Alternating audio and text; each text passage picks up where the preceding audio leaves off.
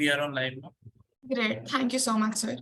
All right, delegates, to begin with, I will be sharing with you a email ID on which you will be sending us any document that you want to see, that you want us to see. All right, so all personal documents to begin with are accepted in this committee. I'm just going to go over the procedure real quick, and then we'll really delve into the committee. All right, so all sorts of documents, your working papers, your joint statements, any sort of document that you want to send, we are accepting it. All right, any sort of personal document.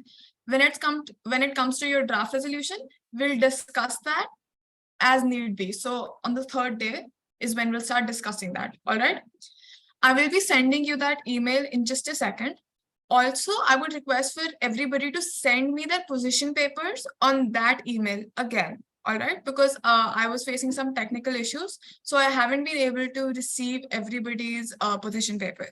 So if you want your position paper to be considered, you will have to send it to me again on this email ID that I'll be sending in the chat box in just a second. All right, so that's one thing. Besides that, I just want to know how many of you are, sort of familiar with how the conference works. I want to have a good idea of how, where you want to begin with and what sort of procedure you're looking for, right? So just by show of hands, how many of you have done more than 5 MUNs?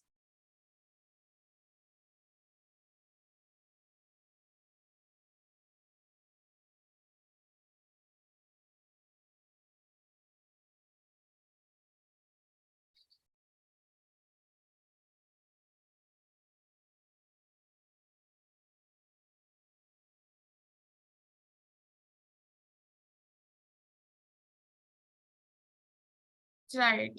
A few of you have. Well, that's great. I've put in the email address that you have to send your position papers to and any sort of personal documents to on your chat box on Zoom itself. All right. Further, we have a lot of foreign delegates in this committee, so I want to ensure that they feel a part of the committee and they feel comfortable here. So I would like to urge everybody in the committee to only speak in English. All right, there is no need to switch to any sort of native language. Speak in English so that everybody is kept in the loop. All right, if at any point I observe anybody not speaking in English, I will point it out. All right, and you should point other people out as well when they're not. All right, just to ensure that everybody is comfortable, everything is inclusive. It's an important aspect. All right, we're here to do diplomacy. Let's keep that up, right? All right, we'll begin with our roll call soon enough. But before that, I want to discuss the criteria of marking. All right, and we'll hear from our other EB members as well. So let me begin with a sort of introduction. I'm Ananya Trivedi. All right, I am a class 12 student. I have done over 24 MUNs as a delegate and around 10 MUNs as an executive board member. All right. Ananya, yes, ma'am. We have the speaker in the meeting. Oh, please. Yes, ma'am. Yes, ma'am. Everybody, please recognize the presence of a notable speaker. We are very glad to have her presence here today with us. We have the respected Ms. Tugba Basiran ma'am. She's the director of the Center for the Study of Global Human Movement at the University of Cambridge in the United Kingdom. Thank you so much, ma'am, for joining us today. As an executive board member, I am glad that the delegates of my committee have an opportunity to hear from you. And as a student, I am glad that I have this opportunity to learn. Thank you so much, ma'am. Thank you so much. I'm really delighted to be here. Shall I start out with a few words, maybe? Is that okay? Yes, ma'am, whatever you like. Thank you so much. First of all, if I may address you probably in the proper ways as chair, vice chairs, rapporteurs, delegates. It is an honor to be invited to the UNHCR Committee of Amity International Model United Nations, and a special thanks to Dr. Amita Chauhan and Mr. Jyoti Arora. And first of all, I really want to thank you for organizing this event and for being here as delegates. It's a really special moment also for me. I was 21 years old when I did an internship in New York at the United Nations, and it does remind me of those times where I was still full of hope and wanting to change the world and wanting to make a difference. And I hope that you're also there, that This is not just a meeting, but it's much more than that. It's a stepstone towards accomplishing a better world. In that sense, I'm really delighted to meet the future generation of the United Nations here. I would like to start the agenda on protection of forcibly displaced refugees from present-day conflict areas with some statistics you might well be aware of, but we should remind ourselves. There are about 110 million people currently forcibly displaced. Of those, 60 million are internally displaced, that means within their own country. 30 million are refugees, that means they have crossed borders, international borders. And there are 4.5 million who don't have citizenship at all. They are stateless. Further, we have 6 million Palestine refugees under UNRWA's mandate that is not under UNHCR. And these are just some of the categories of refugees and displaced currently. In your lifetime, only the last few years, we have witnessed shocking images of multiple wars, conflicts, Ukraine, Russia, Sudan, Azerbaijan, Armenia, and now Israel, Palestine. And there are obvious consequences thereof in terms of displacement and refuge. In fact, many of today's refugees originate just from very few countries that have been in conflict or war for a longer period of time. Syria, Ukraine, Afghanistan, and a special case, Venezuela, have each more than 5 million refugees abroad. These are followed by South Sudan, DRC, Sudan, and Somalia. Then there are some key hosting countries. Currently, these Turkey and Iran are leading with more than 3 million refugees. Colombia and Germany with more than 2 million. Pakistan, Uganda, Russian Federation, and Sudan with more than 1 million. But how does one become a refugee actually? And this is something that I would like to venture into. Let's just step back for a moment though. Let me just ask you, how many of you have been outside of your country? Can you please raise your hands?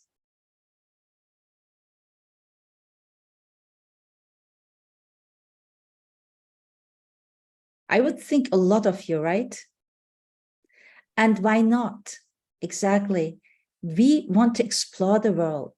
We want to go to Paris, New York, Singapore, all within a few hours a day at most. We all have passports usually. We want to learn about other cultures, study abroad, and possibly work for the diplomatic mission, possibly for the United Nations in the future. And I belong myself to that category. I studied and worked in multiple places, including Germany, France, United States, Belgium, El Salvador, Haiti, Philippines, Kosovo, just to name a few. And now I am again at the University of Cambridge at the United Kingdom. But what we need to keep in mind is that our experiences vary depending on our passports. Not everybody has the same opportunities. And I would like to mention something which is in my memories up to today very vividly. When I was in Haiti, I could go over the weekend to the Dominican Republic, and you can just drive across. It's the same island. But many of my Haitian colleagues had never been there. They needed a visa, an invitation letter, or some official purpose to visit. Once we went to Central America, to El Salvador together, and there was a flight over Miami. Convenient enough for me in Miami, I just got out and thought I can maybe buy a few items on the road and just enjoy the few hours.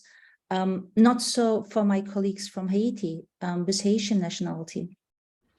They had a transit visa, but nonetheless, whereas I could walk through the airport, they were led through mysterious back doors directly to their flight for fear that they may abscond and stay in the United States. The moral of the story is some of us are tourists in a globalized world. Our movement is encouraged. Think of all the ads that are geared towards us, asking us to snap up the last seats, earn air miles, beat the queues. Other types of movement are tolerated after a lot of hurdles. One has to prove to have sufficient money, property, return tickets, hotel bookings in destination countries and else. And that can be rather annoying in itself. But some don't even have that option. Their movement is hindered, sometimes even securitized and criminalized. Refugees usually fall into the latter category. One doesn't opt to become a refugee if you don't have to. If there are no other options left, people become refugees. And as the number of refugees is increasing, at the same time, what we see is an increasing securitization and infrastructure to keep refugees at distance by a number of states, whether it's in terms of walls. You will come across the news and see a lot of border walls happening, fences that have increased over the last decades in the US, in the EU. But also there are a number of camps. Camps are another way of trying to keep refugees at bay in the States, keeping them differentiated in their own places, whether this is in the US, whether this is in Australia, Europe. There are a lot of other countries and regions to mention. Each one is very different. There are some examples and some good examples and some not so good examples out there about how states encourage or hinder the movement of refugees.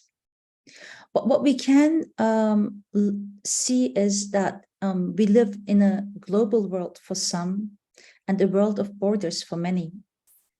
Some are welcome and others not. And I would like to bring in here somebody you might have heard of, Zygmunt Bauman. He has multiple books out there, which are definitely worth reading. And he reminds us pointedly through his metaphor a long time ago that tourists move by choice, free to move, vacation, travel the world. And the vagabonds, as he called them, are those who have no choice but to move, forced from their homes. And a lot here depends on what is very, an odd factor, which is what Ayelet Sacher has coined a birthright lottery. These are the accidental circumstances of birth. We never chose where we're born, but we gain privileges through it. And she goes on to say, it's an arbitrary criteria as one's birthplace, and that is discredited in all kinds of public life. This shouldn't be a criteria for anything else, but it is still a criteria when it comes to movement.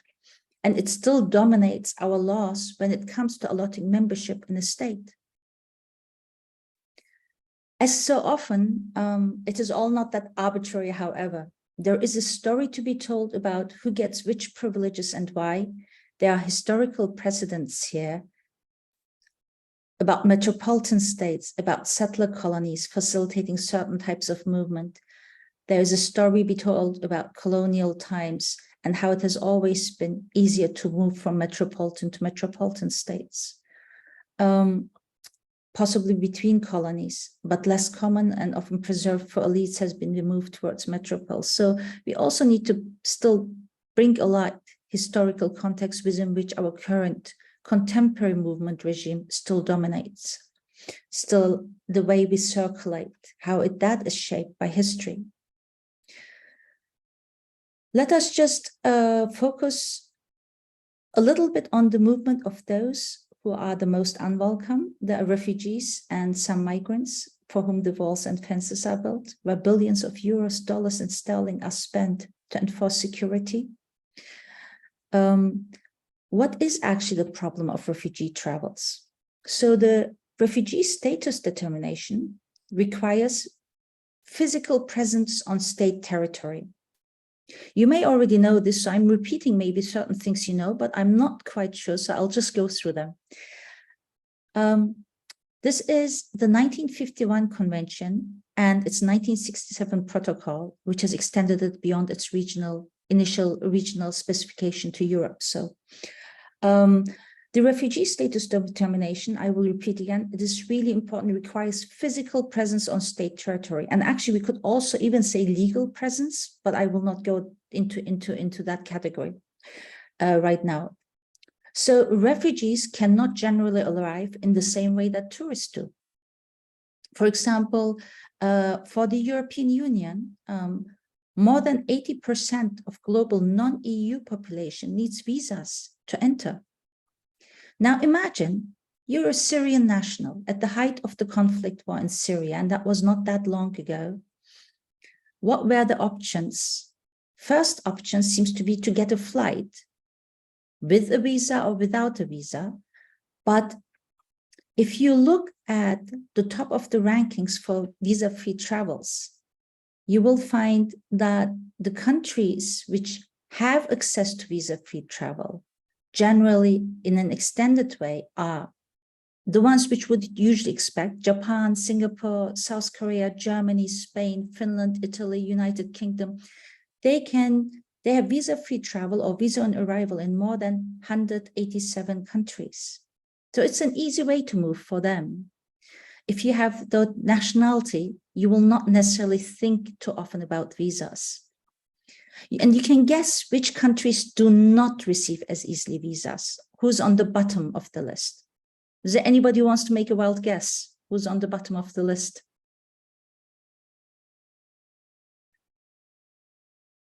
You can just put it in the chat if you feel like it. But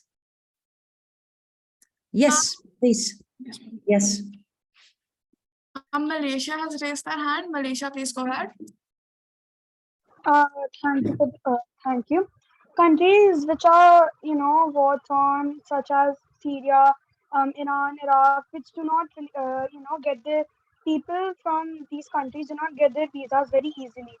And in countries such as Spain, United Kingdom, many other big countries, it's very hard for them to migrate and get their nationality. So, yeah. Thank you. Thank you. And there is Raphael, I think.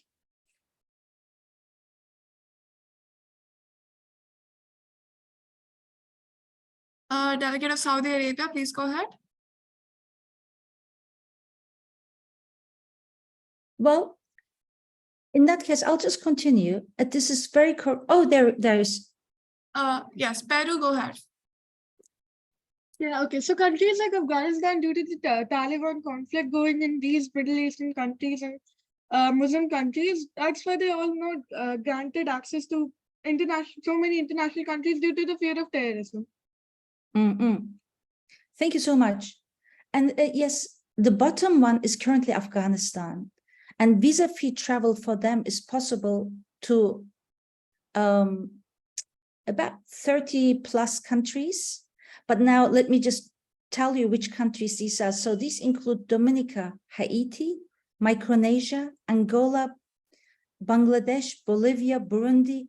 And do you hear what's happening? Is I probably don't need to get any further. You get the gist. None of these countries is really accessible over a land route from Afghanistan. And many of them probably don't even have direct flights to Kabul. And if they have flights, they would be unreasonably expensive and unaffordable. I mean, imagine going from Kabul to Haiti. In fact, it is often the case that once a country enters a conflict or war, many other countries will close their borders and put more restrictions in place to hinder the movement of refugees. There will be transit visas, airport transit visas even. So even if you want to pass through an airport of a third country on your way, you need another visa for that. Some of you will know it, others will not be acquainted with it depending on your nationality. And like in case of Syria, for example, EU delegations closed 2011, but also they closed it for a number of other, EU has closed its borders for many other countries, including Afghanistan, DRC, Eritrea, Ethiopia, Iraq, Pakistan, Somalia. And they need not only transit visas, but also airport transit visas. And the other option would be for refugees to enter at the land border. Let's look at the example of Syria again.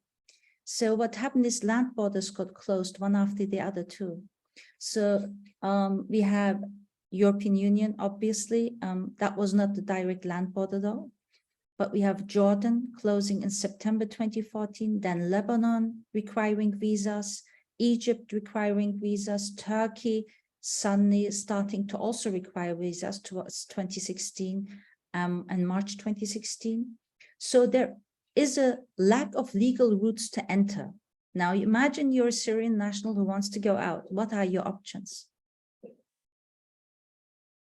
The remaining path is only one way, that's irregular crossings. And that's what we often see in the media. Now, the Refugee Convention, the people who wrote the Refugee Convention were very much aware of this, that usually for refugees, it's not that easy to cross regularly, but you have to do irregular crossings, or what people might also call illegal crossings. And the Refugee Convention, Article 31, specifies contracting states shall not impose penalties on account of illegal entry or presence on refugees. It's precisely because they foresaw the problems. However, there are a number of penalties that states impose on airlines, ferries, and all means of transports for accepting people without passports and visas. And that's why they do not take people on board. That's why it's so difficult just to fly in and make an asylum claim. So as a result, very often there is access to irregular carriers required, which we might also call smugglers. So instead of a short route, this may take months or years to go from one place to another. It becomes much more dangerous and more costly. And I will give you a small example. The crossing from Turkey to one of the Greek islands in front of it, Lesbos. So if you cross from Turkey to Lesbos, it's a few kilometers away. The ferry might cost you maybe about 25 euros, 30 euros. For refugees, they might pay 1,000, 2,000 euros for the same crossing. And at the same time, it becomes a lot more dangerous. As you've heard, there are a lot of deaths of refugees in the Mediterranean Sea.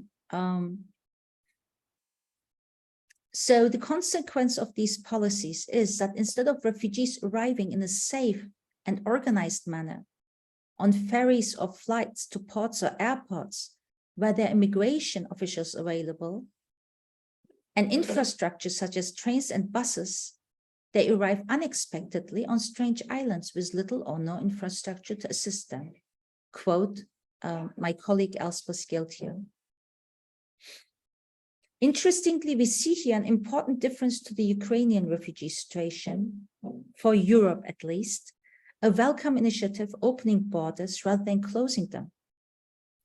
We should keep in mind people do not choose to become refugees if they have access to other means, whether they can acquire student visas, employment visas, family reunification visas, or access to protected entry procedures. There are a number of other ways of moving. But if there are no ways of moving left, one becomes a refugee. I would like to now conclude, actually, I've been talking for a very long time. So future diplomats, humanitarians, world leaders, and citizens of our world, whether you will be working for the UN, become an activist or an entrepreneur, I would like to wish you, first of all the best on your journeys, wherever they may take you. And I would like to finish with the preamble of the UN Charter.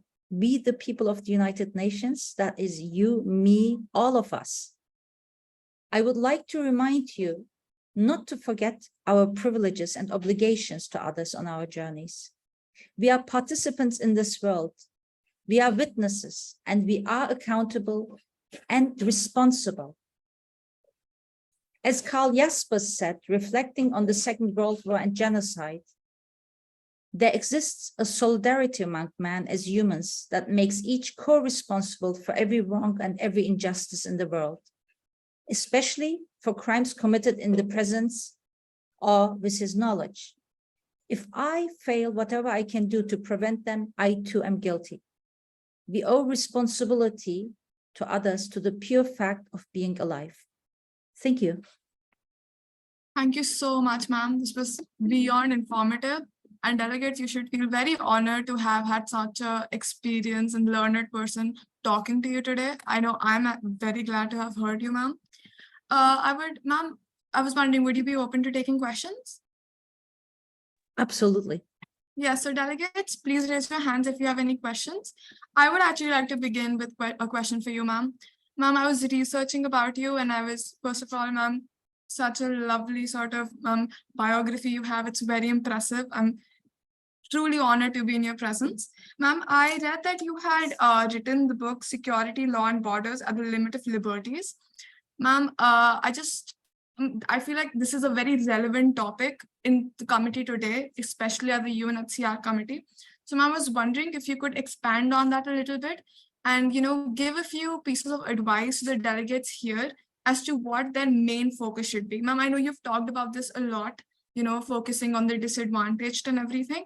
But ma'am, what I mean to say is from, taking reference from that book, ma'am, what would you say is the main piece of advice you would give to the delegates today?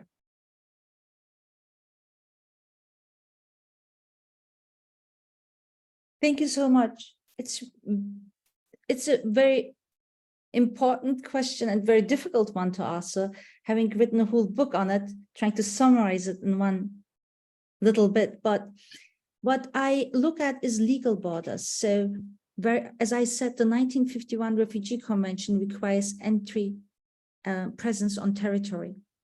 But these days, that is even not sufficient because countries say you have legally not entered.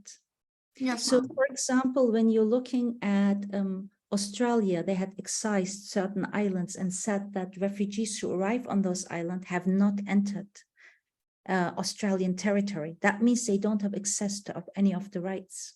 Yes, which comes along being a refugee. We have similar developments in most of the countries, actually. And that is what the legal bordering procedure is. Whether it's at the airports, on the seas, or in third countries, we find that legal borders are being established within countries or in other places as to hinder the movement of people who can call themselves refugees. Now, what does that mean for us in terms of responsibility? I think what it means is maybe it is a very specialized field where especially lawyers are mostly active, and there is a lot of contestation of these policies.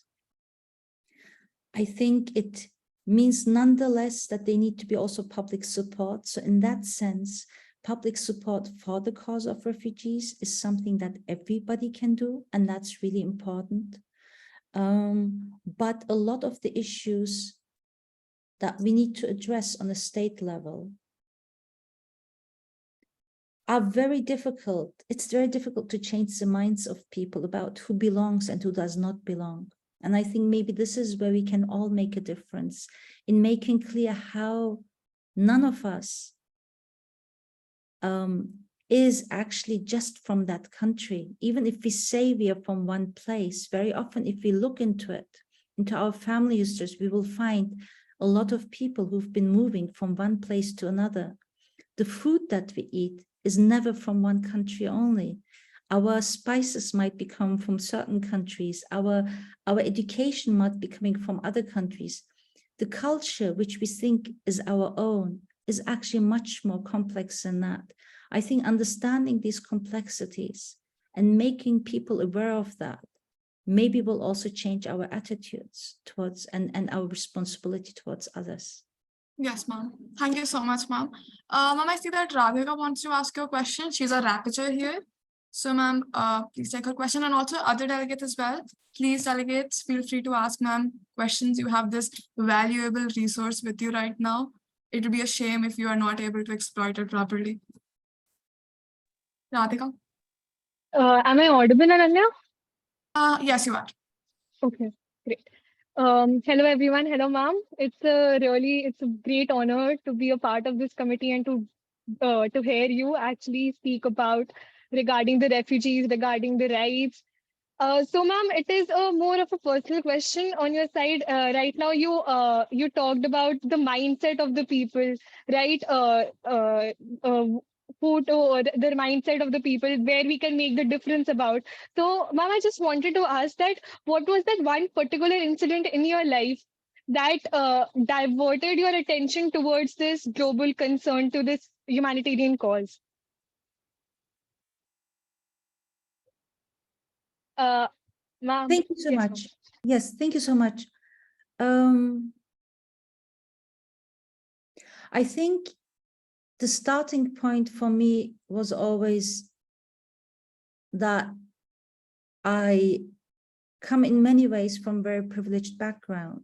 And I think most of us do, if we just look at it a little bit closer, otherwise we probably wouldn't be here. And that a lot of people don't have the advantages that I do. And what is my responsibility towards others? And I think the one thing which has caused me to start thinking about this was I spent some years in Germany, and which has an open way of dealing with its history during the Second World War of Nazi Germany and all the horrendous events which happened there, including refuge afterwards. But having read the works of the likes like Primo Levi has definitely reoriented me towards what it means to be what it means to carry responsibility, and what it means where we should be active, what we should be doing. Yeah, so I could go further down that road, but that might go too deep. So if you ever get to it, I would definitely recommend his works, though give yourself a few more years maybe before you read his works, because they are very heavy.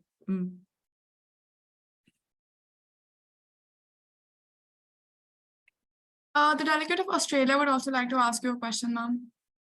Good afternoon, ma'am. I had a question. How do you see the role of international organizations such as the UNHCR in facilitating and supporting such regional efforts? Thank you so much for the question. The role of international organizations, I think it's very important. It brings together, international organizations often bring together a number of people who share a similar mindset about a world that is global, and that we need to look at it in a global perspective rather than just national perspective. And that means we are concerned with global affairs, whether it's refugees, whether it's environment, it's just whatever crosses the borders. And there is a lot that crosses the borders. So I think they have a very important role to play, especially right now for movement and refugees. There are two initiatives which are very important, I think: the Global Compact on Migration and the one on refugees.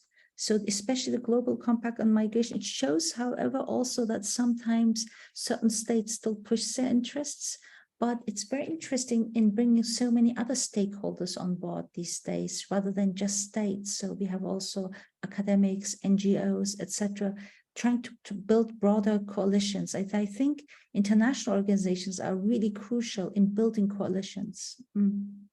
Thank you so much, ma'am.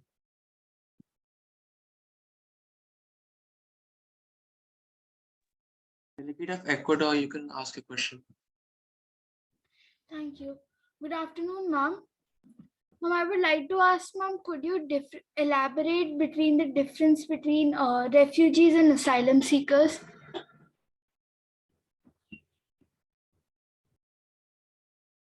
That's a really good question. Between refugees and asylum seekers, and that actually brings us to a point which is rather interesting. When do we use the word refugees? When people cross the borders, are they already refugees? Or do they need to be accepted by a state as a refugee, so we can call them refugees? And until that moment, are they asylum seekers? So it's interesting if you will read through literature, and UNHCR's positioning is once you have left the country, you're a refugee if you meet certain criteria. So it's more self-declaratory. A lot of states, however, will think I need to, first of all, verify whether you're a refugee. So it's according to me and my system that the definition of refugee has to be met. So both of them are right in certain senses, but until that verification by the state, states often call them asylum seekers. Thank you very much, ma'am. Ma'am, the delegate of Malaysia has a question to ask as well. Delegate, please go ahead. Yes. Good morning, ma'am. I really loved your work. I read about your reels when I was researching. So I just read about that you did a lot of your studies from very prestigious colleges such as Harvard, Oxford, and others. What made you gravitate towards the committee of UNHCR? I mean, you must have thought, why UNHCR? What was that reason?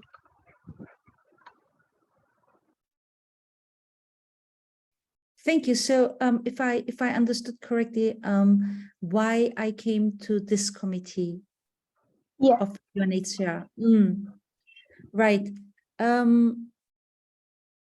I think given that I have been working on and with refugees, and I'm also leading the refugee hub here at Cambridge, maybe that would have been the question, that would have been the reason why I was asked if I want to participate here.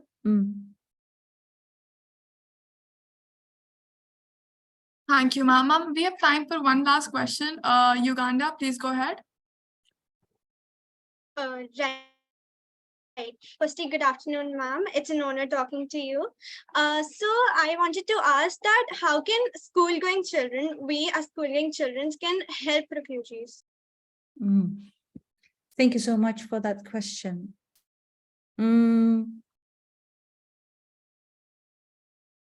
I think there are multiple ways of doing it.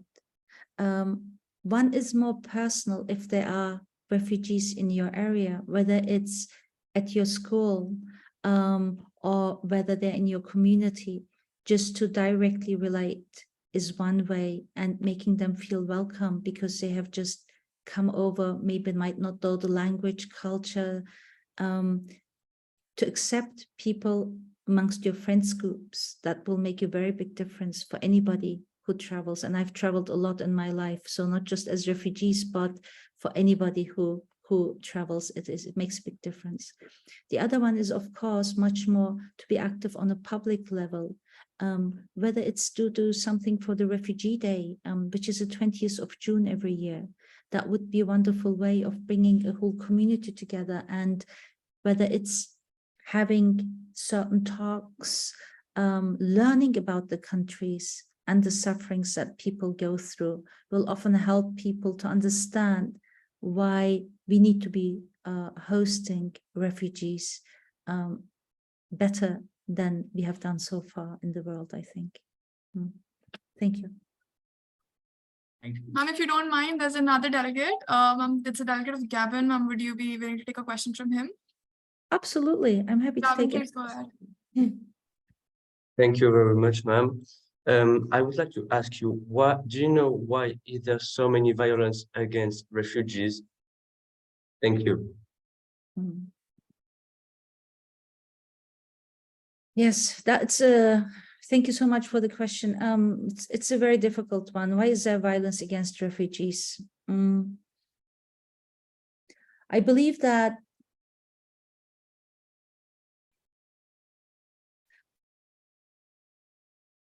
people possibly do not have relations to other refugees, to people in their community, and hence do not get to see them as humans in the same way that they would see others in their community. And there is a high amount of nationalism, which can also be very counterproductive in certain circumstances. When one insists on putting the nationalism as a counter towards foreigners.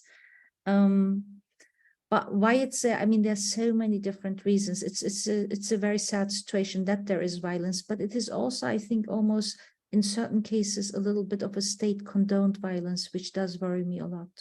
Do you think that we need to change minds of some countries, some states? I think yes, absolutely. Even when parties are campaigning based on those issues, I do think that this is crucial to already step in at that moment, because it should not be that we have campaigns against non-citizens. Thank you. Thank you. Ma'am, all the delegates are very keen to ask you questions. Ma'am, we have 3 more delegates, ma'am. Ma'am, is that all right with you? Would you be?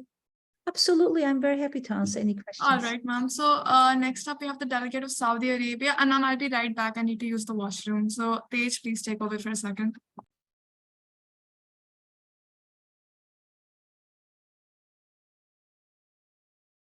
Delegate of Saudi Arabia, you can ask.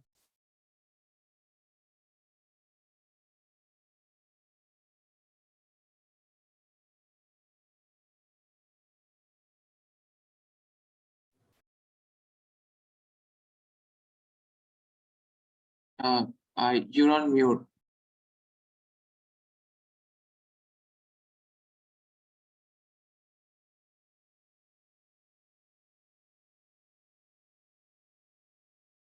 Till then, delegate of India, you can continue. Yeah, sure. Good afternoon, ma'am. It's an honor to hear from you today in this meeting. Ma'am, my question is, how can access to quality education can be improved for refugee children, considering the language barriers and lack of resources they usually face while migrating from one country to another? That's a really good question. Thank you. Actually, we are looking into that at the moment also at the university with some colleagues, how to provide quality education for those who are refugees, but also for those who might be immobilized in their own countries. As you know, for example, in Afghanistan, at the moment, still a number of people cannot attend education. Women cannot attend education. In Myanmar, we have also a difficult situation where people who are within the country will have very disrupted education. So there is this aspect of, I think, on the one hand, if refugees come for longer term, of integrating them into our schooling systems, and that takes time, but if they are to stay for longer, then that makes sense. For shorter periods, what I have very often seen is, for example, that people might be using online platforms these days, which is really beneficial, I think, because it allows them to continue sometimes on the same educational level that they have left, so that they can return afterwards. So it's if they believe that there is a chance to return within a shorter period, I see a number of people taking advantage of online resources. For example, in the case of Ukraine, I see some students attending local schools and at the same time attending a school in Ukraine over online resources. Thank you so much. Thank you, ma'am. Delegates, I can see that you're very keen to ask questions, but we do have to continue with committee proceedings. So I'm going to take one more question for ma'am. So I believe, Rafael, you had asked a question already. So would you be all right if we give this opportunity to the delegate of Ghana? Thank you. Delegate of Ghana, please go ahead. Ma'am, it's a pleasure to meet you on the stage. So now I have a small question that what was your reason to behind to join the Cambridge Research Hub? Because for some people it is a global world for. So now what was your reason to join that Cambridge Research Hub? I'm sorry, I was having a little bit difficulty understanding that. Could you repeat that one more time? What was the idea behind the Cambridge Refugee Hub, and then? Ma'am, because it's a global word for some people. So ma'am, what was your reason behind that? It's a global world for. Could you maybe Ananya, could you maybe help me out one more time? Could you summarize the question for me? Yeah, all 'Cause right. Nana, just repeat the question for me one more time. Delegate of Ghana. Yeah, my question was, what was the reason behind that ma'am joined the Cambridge Research Hub? What was her reason to join that? Mami is wondering what decisions and what sort of mindset led to you joining the Cambridge, universe and that research hub. Oh, the research hub. Why I joined as a director? Why I Yes, have ma'am. my Yes, ma'am. position? All right. Okay. Now I understand. Sorry about that. It was a little bit difficult. The connection. Well, I think I'm just a curious person and I like learning and I like teaching and I like research and I like being part of this global world. So there are different paths you can go. You can go towards international organizations. That was always an option for me too. But I think on the university level, it's a wonderful way of bringing a multiplicity of people together for thinking further on certain issues and practicing as such. That was the main reason why I joined, I would say. And I did my PhD at the University of Cambridge. So I was quite aware of the university, and I think it's a very nice place to be at. With its college infrastructure, which I can definitely also recommend. I know you probably are all at the age group where you're now looking into universities. And for me, that was always one factor for Cambridge, having 31 colleges and having actually this community around the colleges also. Thank you so much, ma'am. Ma'am, now with your permission, I would like to continue with the committee proceedings. Thank you so much, ma'am, for joining us today. Ma'am, it was truly a very informative session. Now, I'm sure, as you can tell, all the delegates enjoyed it so much as well, seeing the amount of participation. Ma'am, thank you so much, ma'am. And it was truly an honor for me as a student and as well as a chairperson to have been in your presence. Ma'am, please feel free to stay back and watch the committee proceedings if you like. Thank you so much, ma'am. Thank you so much, and all the best during the next few days. Thank you so much, ma'am. Right, delegates. So delegates, I think I was discussing the sort of procedure we're going to be following for the next few days. I was coming to the marking, right? So I'd begin introducing myself. So once again, I'm Ananya. I'll be a chairperson. And I told you how many e-AIMUNs I've done. I don't think it's relevant. What I really want for you to understand is what I'm looking from you for this committee. The most important thing I look for in any speech, in any sort of documentation that you're going to give me is analysis, right? So in any sort of conference, you're always given a sort of problem statement, right? That problem statement is your agenda. There are so many delegates here. They're all going to have sort of a common analysis. There's all that the sort of like, yeah, this is a bad thing, right? That's the most basic analysis that you can start from. I want you to go beyond that. I want you to come to, smart decision, smart analysis, a sort of, unique aspect, a unique angle to what everybody is already saying. That is something that I'll be marking highly for. That is something you should be aware of throughout the committee. I do not want to see basic analysis. I don't want to see repetition in speeches. I want you guys to really rack your brains to come up with something new, right? And then second of all, obviously in any e-AIMUN conference, one of the main things is the sort of solution that you give, right? The solution is the whole point of having a conference, right? This conclusion, the solution, that is the whole point of having a United Nations conference, right? So please put like a special emphasis on those sort of things, right? I'm Ananya, I'm the chair, and then there's Tej Nanda, he's a director. Tej, would you like to say something? Yeah, thanks. Good afternoon to all the delegates. So I'm Tej Nanda, director. And basically my expectations from you is that please make sure to participate and don't hesitate. Feel free to ask any questions in the middle of the committee or any time. We are free to ask, we are open to the questions, and we will be very delighted to solve the doubts. And Radhika is our rapporteur. Radhika, would you like to say something? Hello, everyone. As Ananya and Tej have already covered what we all expect you from in the committee from you all. Rest. One more point I would like to say that don't rush your speeches. Take it slow, since due to the accents, maybe the foreign delegates, it takes time for even us due to some connectivity issues or due to the accent we are not able to understand. So please take your speeches slow. Don't rush into everything. So that's it, and all the best. All right, thank you so much, Radhika. Discuss now that we're on the topic of accents and foreign delegates.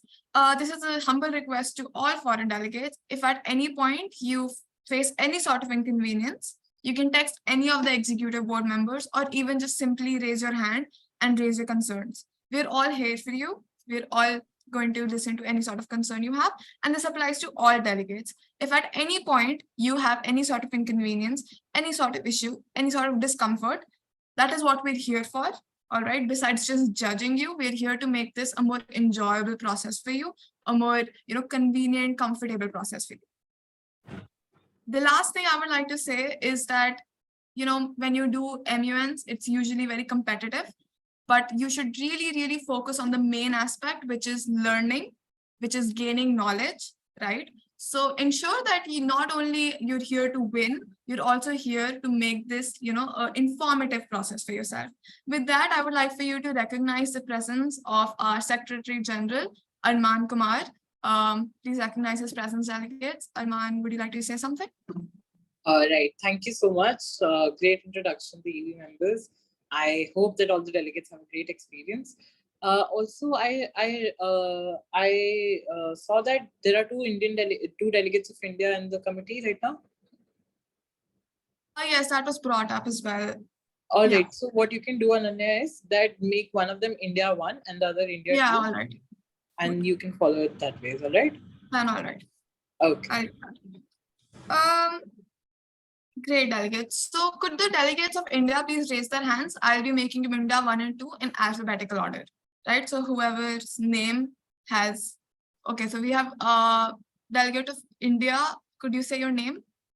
Delegate, can both of the delegates of India, first of all, raise your hand.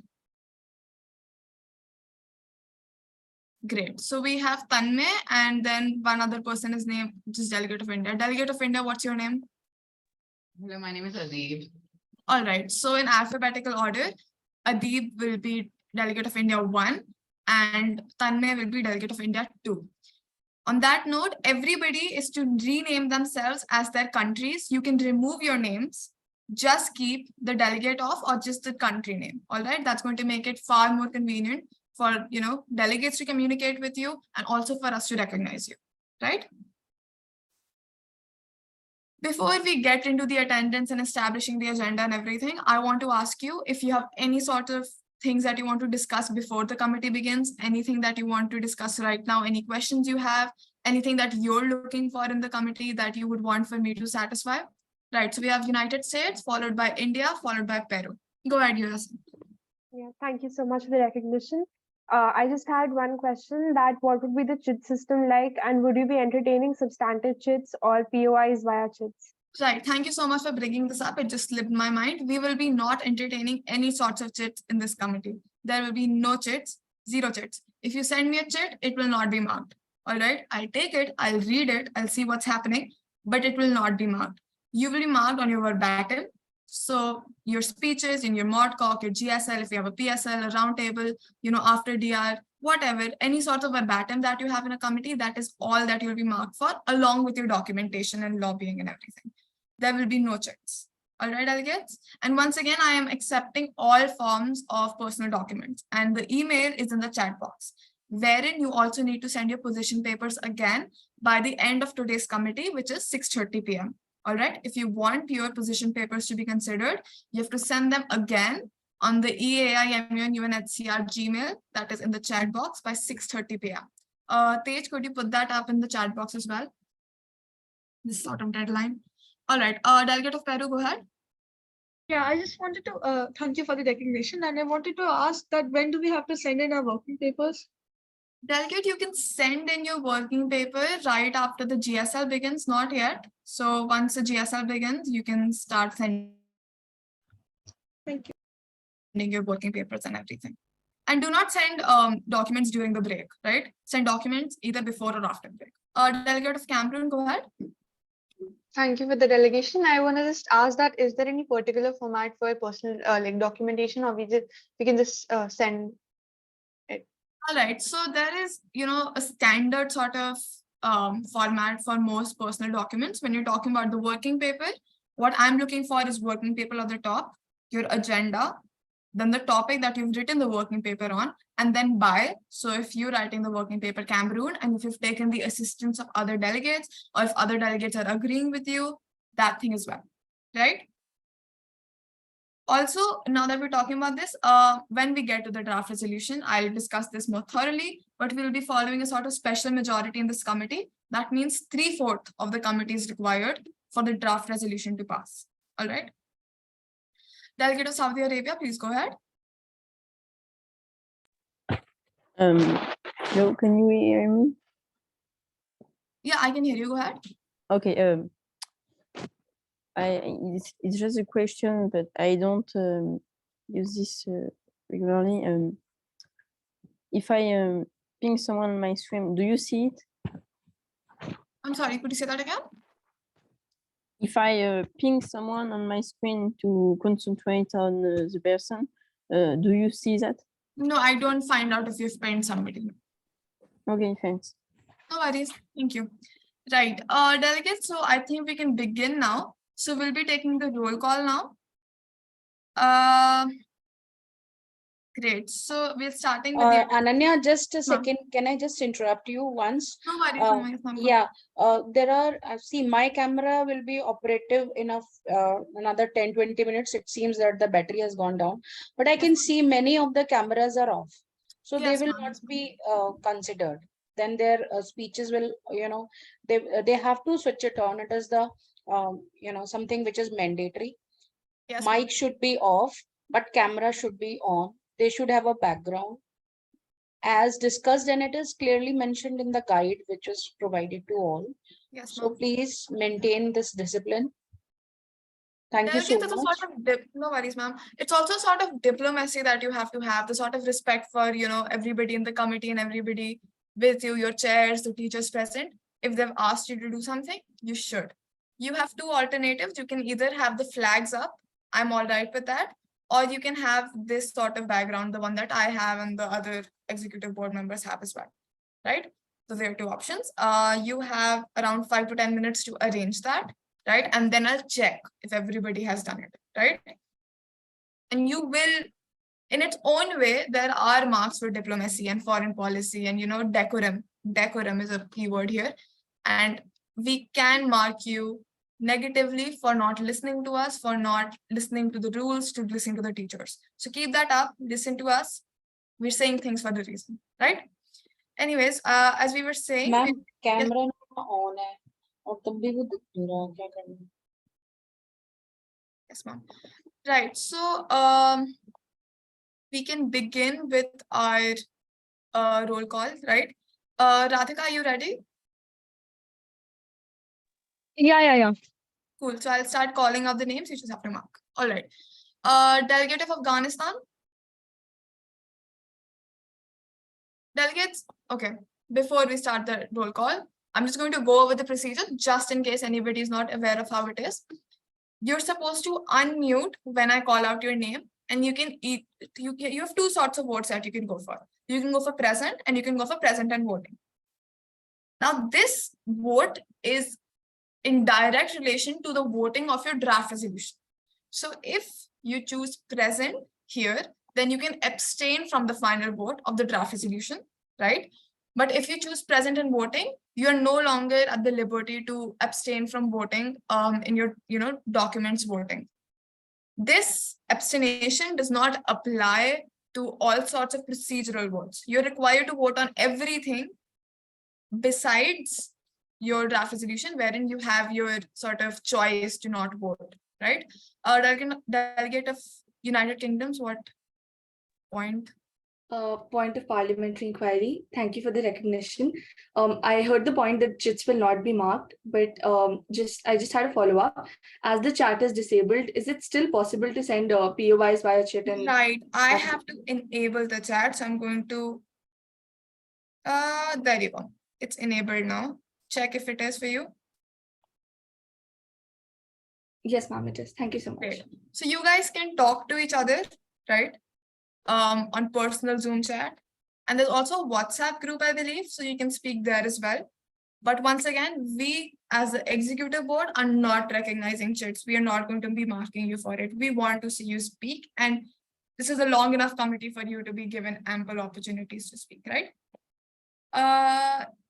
Right. Real quick, I want the following delegates, Egypt, Ecuador, Australia, and USA to go through their doubts and whatever questions they have really quickly because we need to start. Egypt?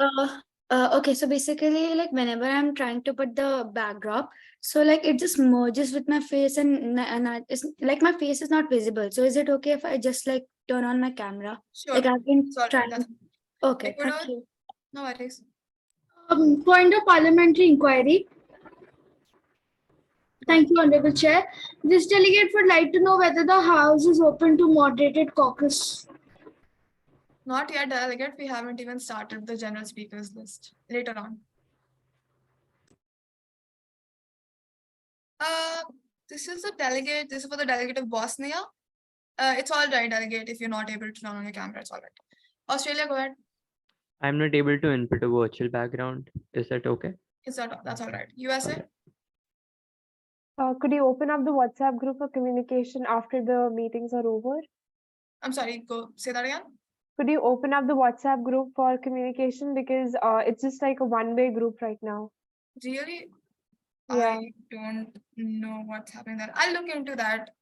Give me a second. Okay, we're going to begin with attendance now. Is everybody clear with the concept of present and presented voting? Those are the two types of votes you can have, right?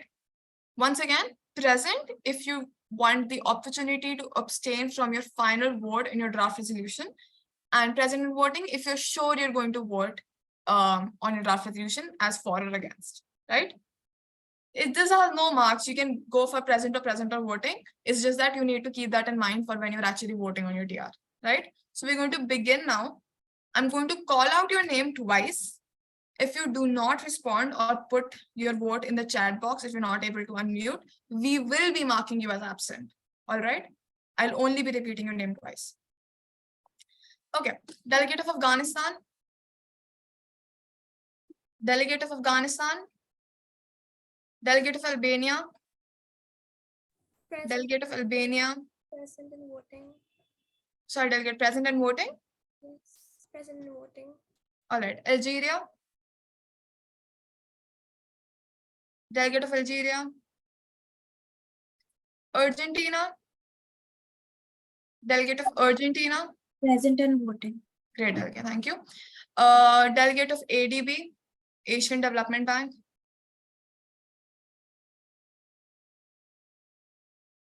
Delegate of Australia.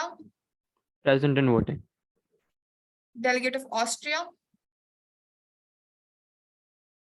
Delegate of Austria. Delegate of Bahrain.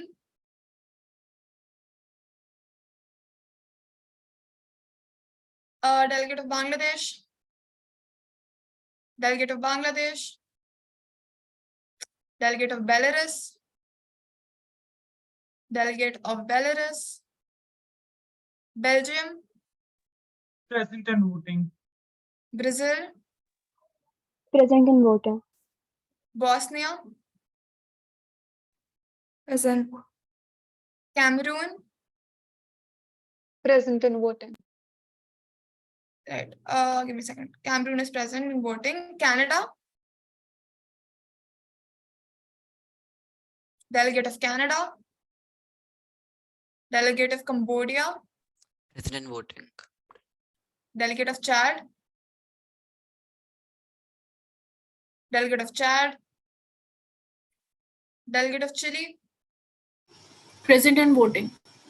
Delegate of PRC. Delegate. Colombia. Delegate Ananya. Yes, You're ma'am. Yes, ma'am. requested to enable the chat so that others can there because it is still showing disabled. Kindly enable. Ma'am, on Zoom or WhatsApp? No, I think it's Zoom. That's what it's been said to me. Ma'am, okay. Ma'am, I have enabled it from my end. It shows that participants can chat with everyone and anyone directly. Could one of the delegates confirm if they're able to operate the chat? Yes, Chair. The chat is accessible. Yes, Chair. The chat is. Ma'am. Thank you. Thank you, Delegate. All right. Right, where were we? Colombia? Present and voting. Croatia?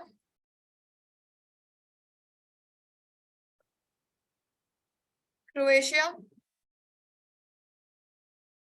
Cuba? Present and voting. Czech Republic? Present and voting. Denmark? Present and voting. Ecuador? Present and voting. Egypt?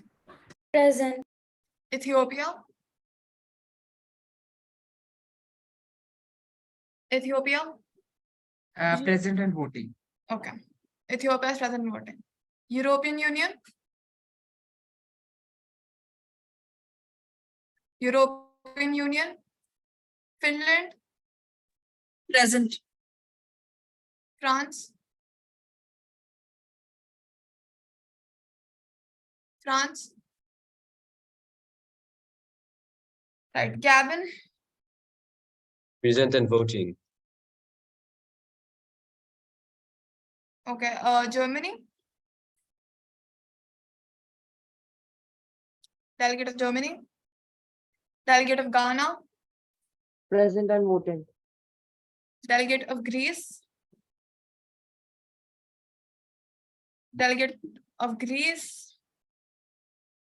Delegate of Hungary? Present and voting. Delegate of Iceland? Present. Delegate of IMF? Delegate of India? Right. So we have India 1 and India 2. I am going to give me a second. So we have. Okay. Delegate of India 1. Present.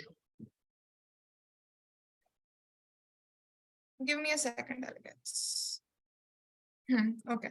So delegate of India 1 is present and delegate of India 2? Present and voting. Done, delegate. Delegate of Indonesia? Present and voting. Delegate of Iran?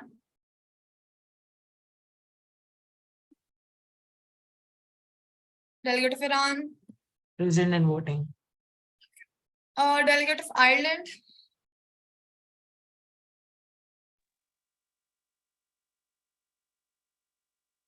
Present and voting. Okay, present and voting Ireland. Israel? Present and voting. Great. Delegate of Italy?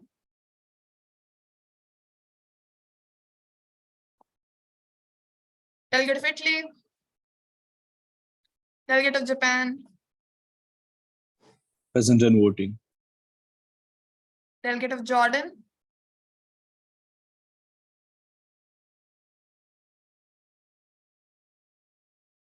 Delegate of Jordan?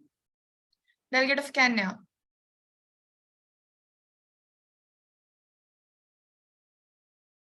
Delegate of Malta? Delegate of Malta? Delegate of Malaysia? Present and voting. Delegate of Mexico? Delegate of Mexico? Delegate of Mozambique? Present and voting. Delegate of Netherlands?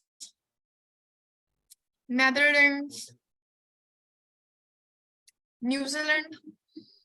Present and voting. Niger? Niger? Nigeria? Nigeria? Present and voting. Norway, Present and voting. Pakistan, Peru. Present and voting. This is Peru, right? Yeah. All right. A delegate of Pakistan. Okay. Philippines. Present and voting. All right. Portugal. Present and voting. ROK. Republic of Korea. Delegate of Republic of Korea. Romania. Present and voting. This is Korea, Romania. It's Korea. All right. Romania.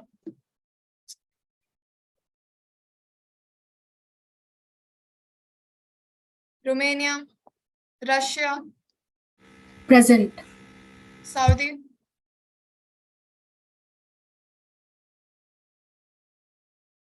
Saudi Arabia.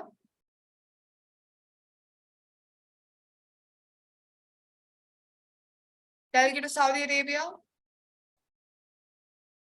I believe the delegate was here. Raphael, I think his name. Hello? Okay, sorry, I'm having problems with No worries. What's your hearing. voting? President and voting. All right.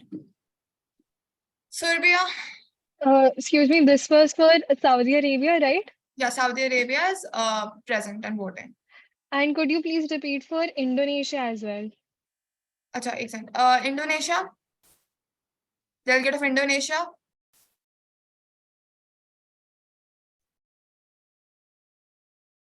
They're not responding right now. I'll do a final roll call, then you can elaborate. Also for Ireland, only last is Ireland, that's it. Right. We'll do it after I've taken the whole attendance, all right? Cool. Serbia. Delegate of Serbia. Delegate of Singapore. Present and voting. Slovakia. Present and voting.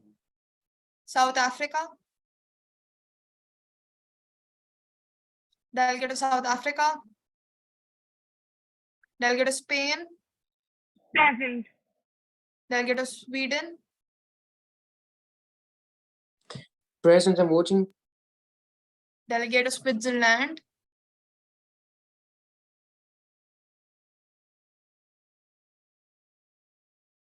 Delegate of Switzerland. Delegate of Syria. Present and voting. Delegate of Thailand. Delegate of Thailand.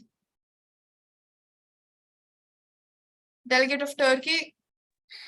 Present and voting. Delegate of Vietnam.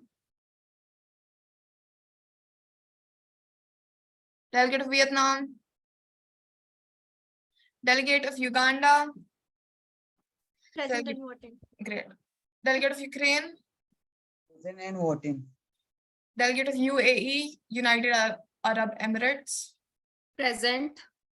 Delegate of UK. Present and voting. Delegate of USA. Delegate of USA. Present. Okay. Fine. I'm going to read through your roll call. All right. In case I haven't called out your name or gotten your attendance wrong, let me know. Okay. So Afghanistan is absent. Albania is present and voting. Algeria is absent. Argentina is present and voting. ADB is absent. Australia is present and voting. Give me a second. Austria is absent. Bahrain absent. Bangladesh absent. Belarus absent. Belgium present and voting. Brazil present and voting. Bosnia is present. Cameroon present and voting. Canada absent. Cambodia present and voting. Chad absent. Chile present and voting. China present. Colombia present and voting. Croatia absent. Cuba present and voting. Czech Republic present and voting. Denmark present and voting. Ecuador present and voting. Egypt present.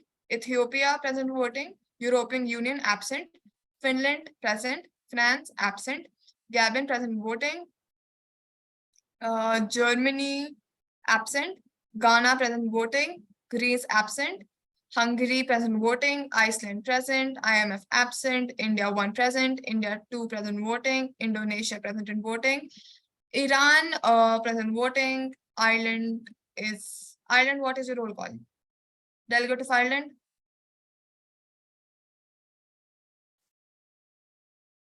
Delegate of Ireland, absent.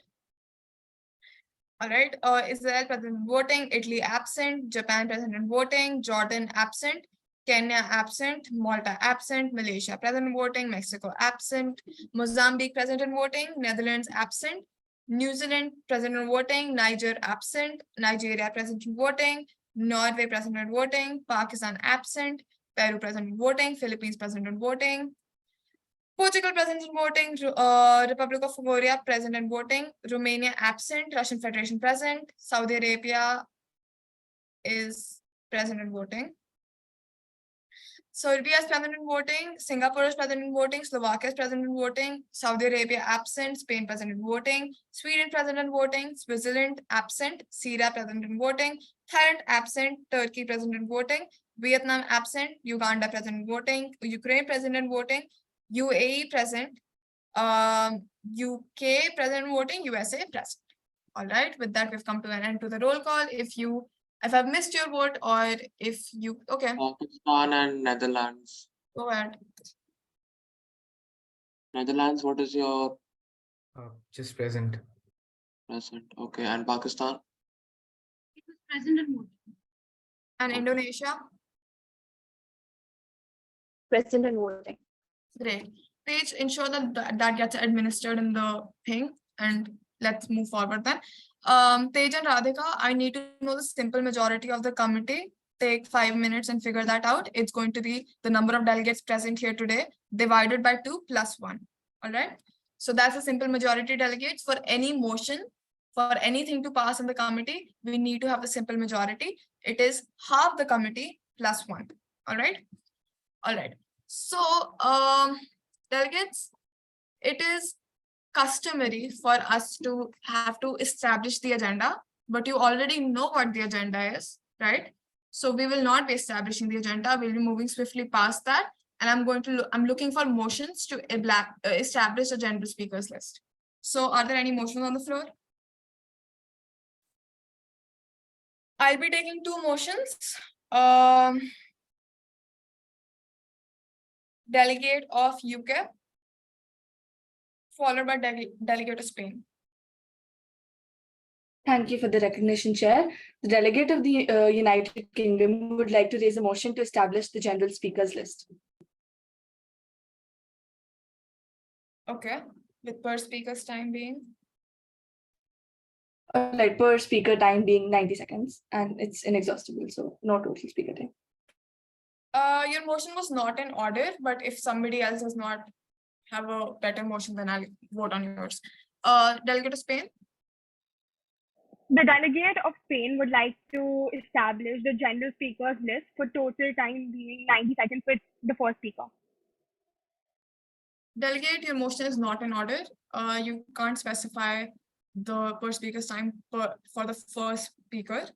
I'm going to tell you how to raise the motion for the general speakers list. The delegate of, suppose I am the delegate of Micronesia. The delegate of Micronesia would like to raise a motion to establish a general speakers list with per speaker's time being XYZ. I'm going to take one more motion. The delegate of Ecuador. Motion to set the general speaker list with each speaker time being 90 seconds. Delegate of Peru.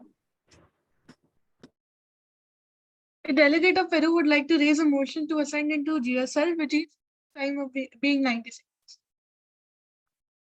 Delegate of Peru's motion is in order. We'll now be voting on her motion. All delegates for this motion who want to have a general speakers list of 90 seconds per speaker, please raise your hand. This is a procedural voting. You're not allowed to not vote at all. You have to vote. Okay? So there are 20. Let everybody raise their hands. Tej, have you figured out the what is it? The simple majority yet? 27. Sorry? 27, I'm pretty sure. Maybe I was confused. I cannot hear you. Am I audible? Yeah. Go ahead. Yeah, 27.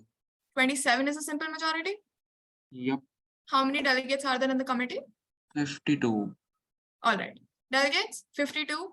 That 52 delegates upon 2, that's 26, plus 1, 27. The simple majority is 27. There are 37 delegates for this motion. So this motion clearly passes. We are now in a general speakers list with per speaker's time being 90 seconds. Please lower your hands. Just a second. Whose motion was this? Peru. Okay.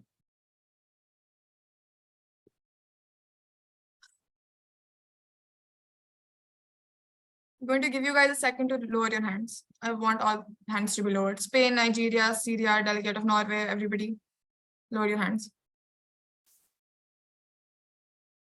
Spain, lower your hand. Delegate of Spain.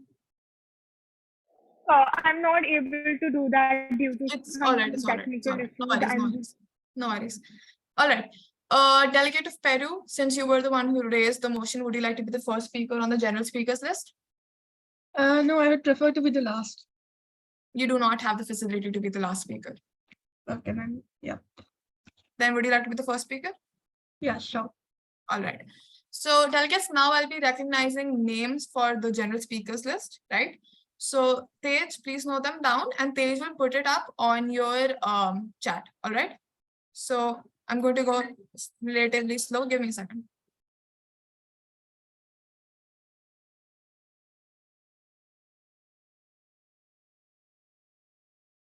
Right. So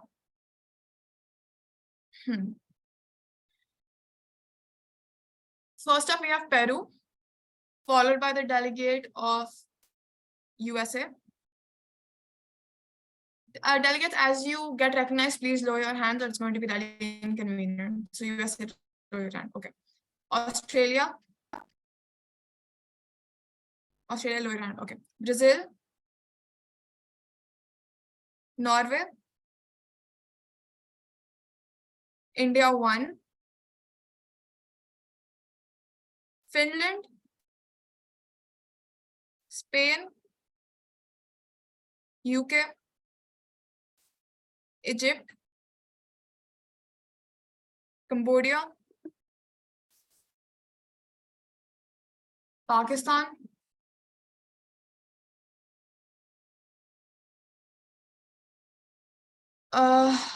Okay, Uganda.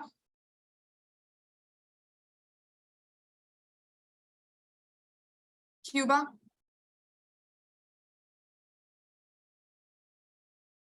Cuba. Okay, good. Cuba, you have not lowered your hand. Cuba, lower your hand. Argentina.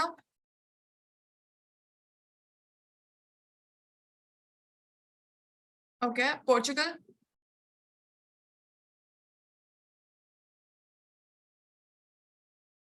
Belgium.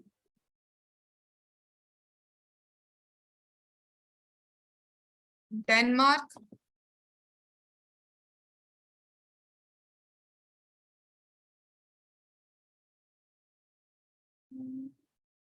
India 2.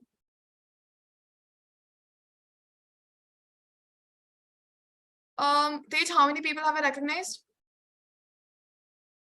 Just a second.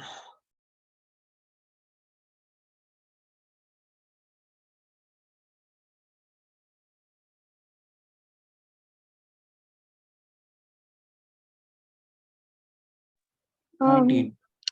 Sorry for say? 19. 19. So I'll be recognizing 6 more speakers. Yes, somebody had to say something?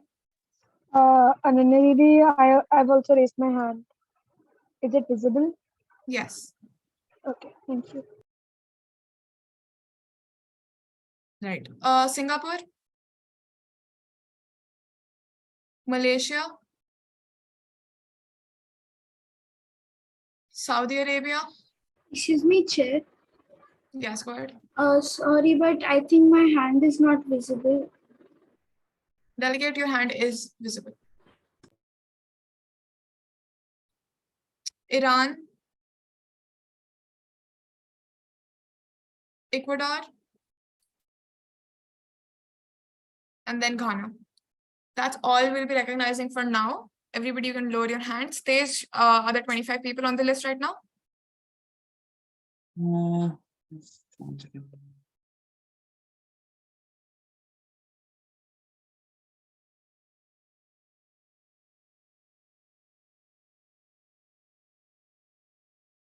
Yep. Sorry? Yeah, there are Okay, 25. great.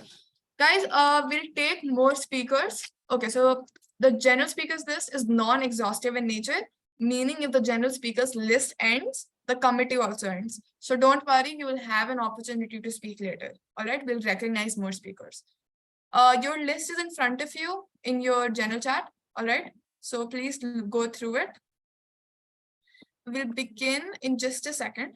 So as for your timer, right? So it's a 90-second speech. So as for your timer, the way that I want to do it is that, give me a second, yeah. The way I want to do it is that I give you a tap, all right? Would you prefer having a timer on your screen? Raise your hands if that is. Yes, that'd be great. Okay, so I don't know how to do that. I'll have to figure it out. Tej, do you know how to put a timer up?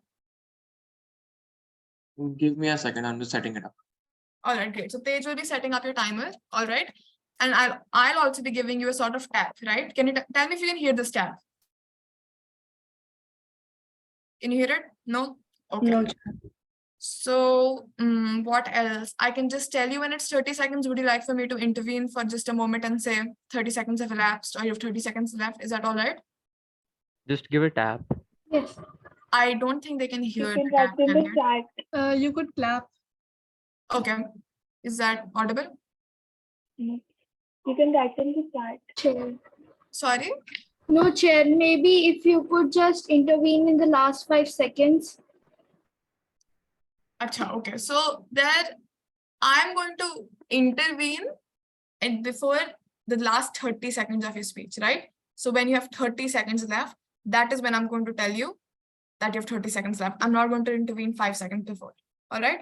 And then Is this timer visible? Yes, thank you so much. Okay. So when you have 30 seconds left, I'll say 30 seconds left, delegate. And then when it ends, I'll tell you that your time has elapsed. All right. That's what we're going to be doing. So let us begin then. Delegate of Peru, are you ready? Yeah. Radhika, are you ready?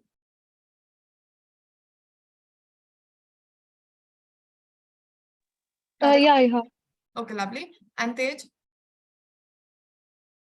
Yep. Cool. So we'll begin now. Delegate, your time starts now. Very good. According to January 2022 reports, Peru has ranked the second country with the highest number of asylum seekers. Notably, Peru has emerged as the preferred destination for Venezuelan refugees seeking international protection. However, the recent waves of the pandemic forced Peru to close its borders, compelling many migrants and refugees to return to their home countries. Unfortunately, the COVID-19 pandemic has left over 810,000 refugees without adequate resources. Even though the situation has constantly improved, regrettably, these individuals continue to face challenges in accessing proper food security. In response to this pressing issue, Peru has allocated specific funds to assist these refugees, encompassing provisions for women, children, employment opportunities, sustenance, and overall protection. Moreover, Peru has taken a commendable step to provide employment opportunities to a significant number of refugees, enabling them to strive for a better future. Additionally, the establishment of 7 new healthcare centers in Lima Este has greatly benefited the local population, with 260,000 individuals, including 19,000 Venezuelan refugees and migrants, receiving essential medical care. Peru remains optimistic that with time, these refugees will be able to regain stability. 20 seconds left. Continue. Without relying solely on the government aid. Furthermore, Peru needs to collaborate with other nations in the future to facilitate the reunification of displaced refugees with their family or relatives. This partnership will undoubtedly contribute to the well-being of social integration of these individuals, fostering a sense of belonging and support. Thank you. Your time is elapsed, delegate. Thank you. Because your time is elapsed, you will not be taking any points. So next up, we have the delegate of United States. Delegate of United States, are you ready? I just had a question before we proceed. Go ahead. in case a delegate elapses their time, so there is no other method for us to ask them a POI, right?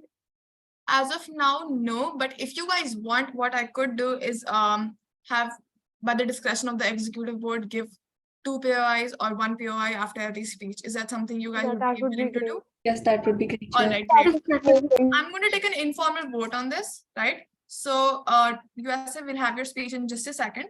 Everybody who wants, by the discretion of the executive board, for there to be 2 POIs after every general speakers list, raise your hand now. Once again, simple majority, so we need 27 votes for this motion to pass.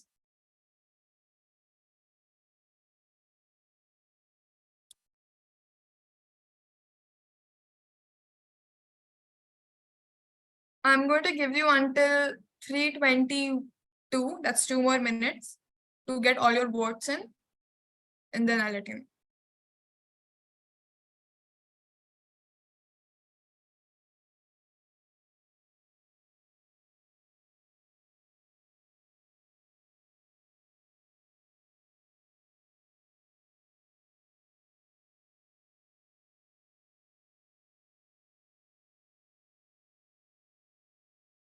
Delegate Radhika Mehta, kindly send me the phone number of Tej Nanda. Thank you. Ma'am, I'll send it, ma'am, just a second. Thank you.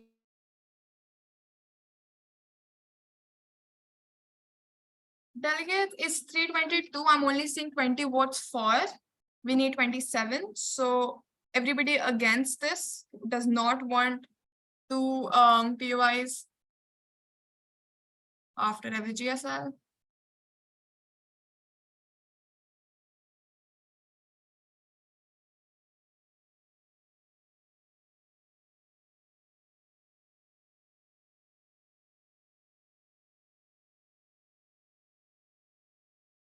Right, you guys are not voting properly. If you are against it, you need to raise your hands now. If you're for it, you need to lower your hands, or it's going to mess up the voting.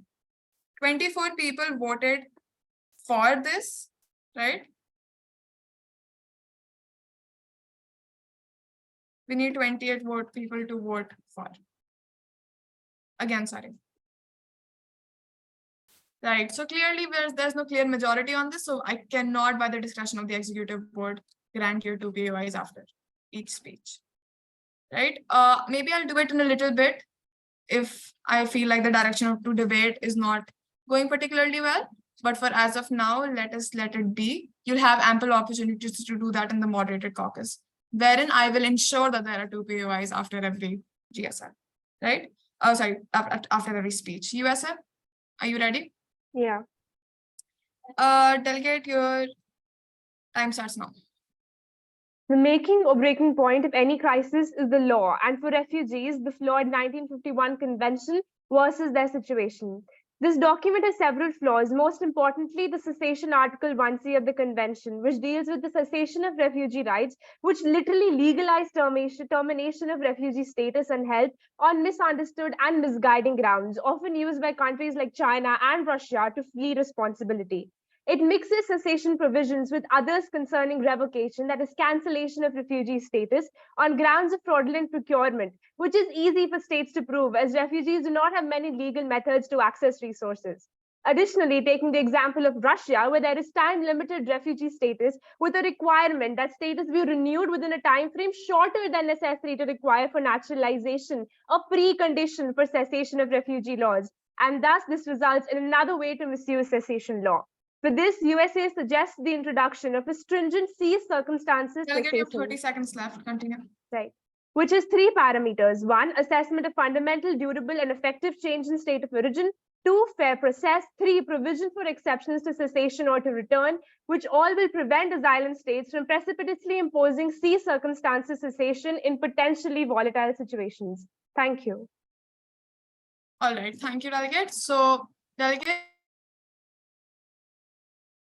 Ma'am, you're not audible. Yes.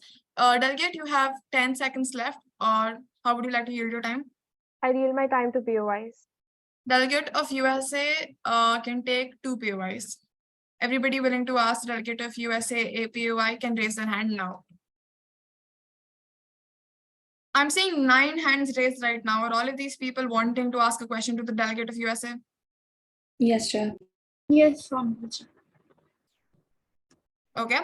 So China and Czech Republic. May I start? Yeah, go ahead.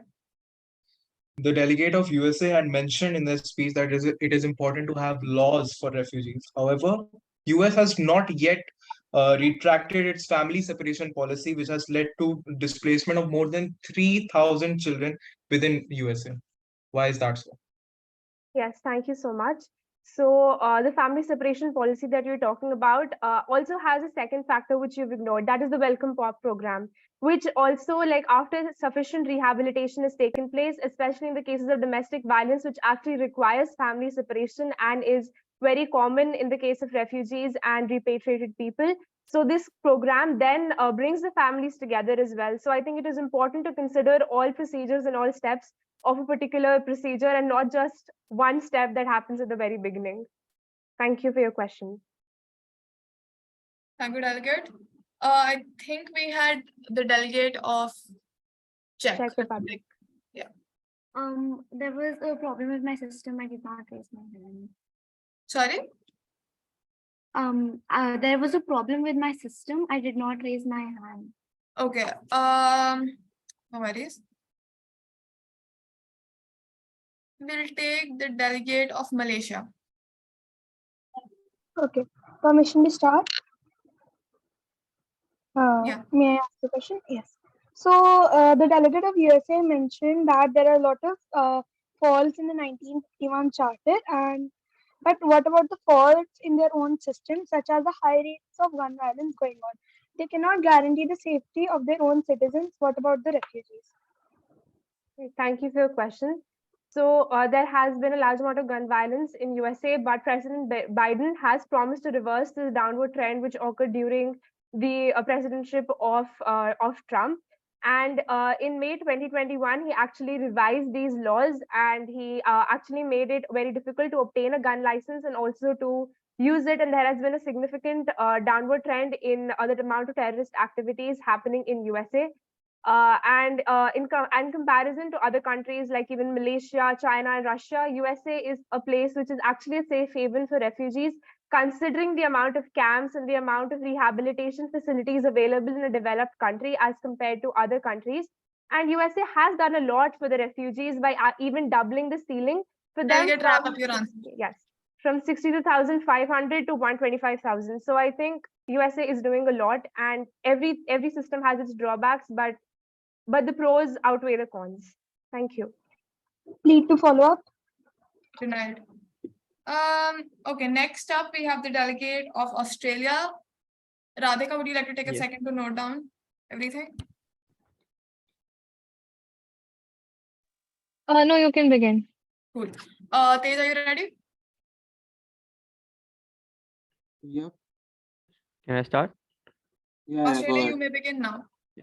Governments normally guarantee the basic human rights and physical security of their citizens. But when people become refugees, this safety net disappears. Greetings, delegate. We gather today with heavy hearts to confront the immense challenge of protecting forcibly displaced individuals and refugees from present-day conflict areas. Protracted crises have left countless lives in turmoil. It is our shared responsibility to confront this head-on and offer meaningful solutions. The enduring Israel-Palestine conflict and Russia-Ukraine war reveal the intricate interplay of self-interest and geopolitics. These crises are emblematic of the dynamic nature of the modern conflict, and our analysis must adapt accordingly. Unconventional approaches such as digital diplomacy, economic independence, and dynamic adaptable strategies can offer hope and stability in a world where interconnectedness of nations necessitates a fresh perspective. To address the pressing issue, we must adopt a multifaceted strategy rooted in compassion and diplomacy.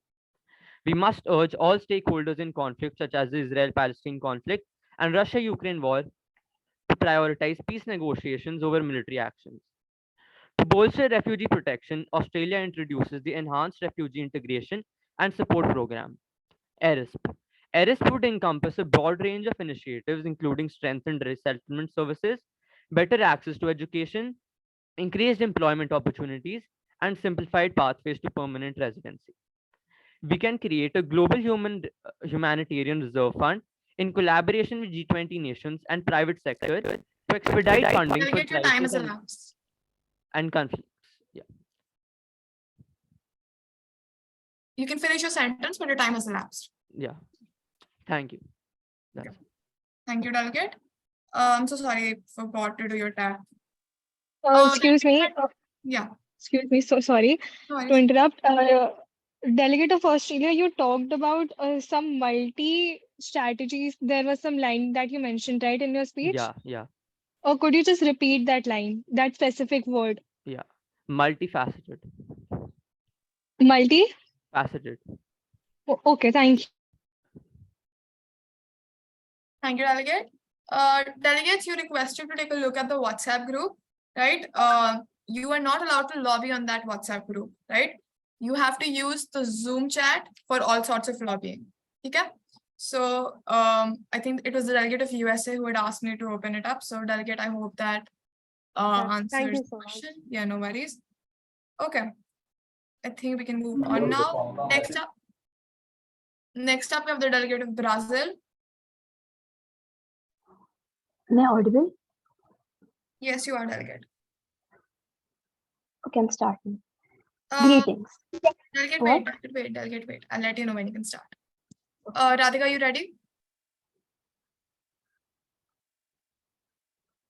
Yeah. All right. Delegate, you may begin now. Greetings. Protecting forcibly displaced refugees from present-day conflict areas is a critical humanitarian challenge that requires a multifaceted approach involving governments, international organizations, non-governmental organizations, and local communities. Brazil firmly believes that developing a universally applicable emergency plan for refugees is a complex task, and its success relies on the commitment and collaboration of the global community. Firstly, we must utilize technologies such as blockchain and biometrics to create a secure and efficient refugee registration system. This can streamline the identification process and help ensure that refugees receive timely and appropriate services. Blockchain-based solutions can help to tackle the global ID crisis as well as many other issues refugees face because it allows for the creation of permanent and universally verifiable records even when the physical documents have been lost. Secondly, managing data on displaced populations and implementing robust digital infrastructure can be challenging in humanitarian context, but it is essential for effective and efficient operations. Thirdly, we must implement virtual asylum processing centers to allow individuals to apply for asylum. Delegate, 30 seconds left. They can reduce the need for dangerous and expensive journeys while still adhering to the national standards for refugee protection. Implementing a virtual asylum system would require careful planning, technology infrastructure, and adherence to legal and ethical standards. As the global refugee situation evolves, these challenges require concerted effort from the international community, including increased funding, strengthened partnerships, better coordination, and a focus on finding durable solutions for refugees. Thank you, Delegate. You have around 3 seconds left, so we'll be taking one POI. I want everybody to lower their hand first, and I'll tell you when you have to raise your hands. Please do not raise your hands unless you actually have a point, all right? I hope you guys are aware. Ecuador, lower your hand. Okay. I hope you guys know what points are. Okay, you have a few points. You have points of information, you have points of order, you have points of parliamentary inquiry, you have right to reply. I think I said point of order already, but you have a set of points that you can use to sort of interact with the executive board and your fellow delegates, right? The questions are referred to as points of information. So when you have a certain amount of time left after your speech in a GSL, right? You have an opportunity to yield your time in 3 different ways. It's either to a point of information, it is to another delegate, or to the executive board, right? So suppose if I, as a delegate of Micronesia, suppose have 10 seconds left after my speech, the executive board will ask me how I would like to yield my time. I can yield it to POIs, that means I'm open to questions. I can yield it to other delegates, that means I can give my time to another delegate, say the delegate of China, or I can give my time to the executive board, all right? This is something you should be clear with, right? Besides that, you have points such as point of parliamentary inquiry, point of order, point of personal privilege, which you can use to interact with mostly the executive board. You can raise All right. You can raise a point of personal privilege when you are able, when you are facing some sort of inconvenience, you want to bring something to somebody's attention or anything of the sort, if you're asking for a repetition or anything, right? Delegate of Japan, you have said, ma'am, UNHCR is not a parliament. What do you mean by that, Japan?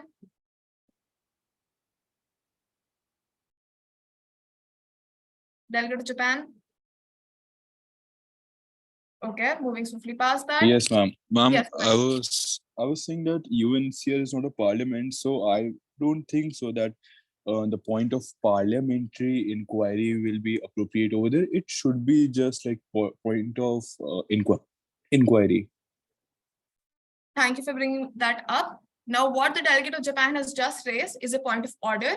It is when you point out a fallacy in what the executive board is doing, right? So what he just did is a point of order.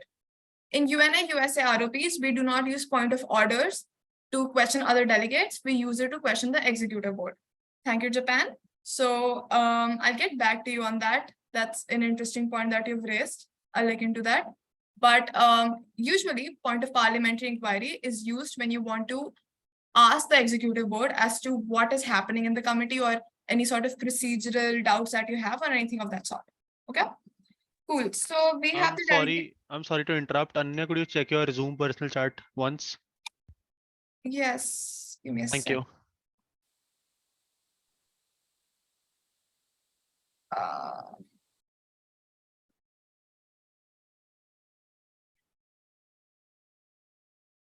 All right. Samarth, what we're doing here is that the delegates said they could not hear me when I tapped, so I interrupt them and I tell them that there's 30 seconds left. Yeah, I think because when I was seeing the other delegates speaking out, I think they were like a bit confused after like you were interrupting. So I had a suggestion if you could like tap something like in that sense so that there's I'll no try interruption. to figure something out.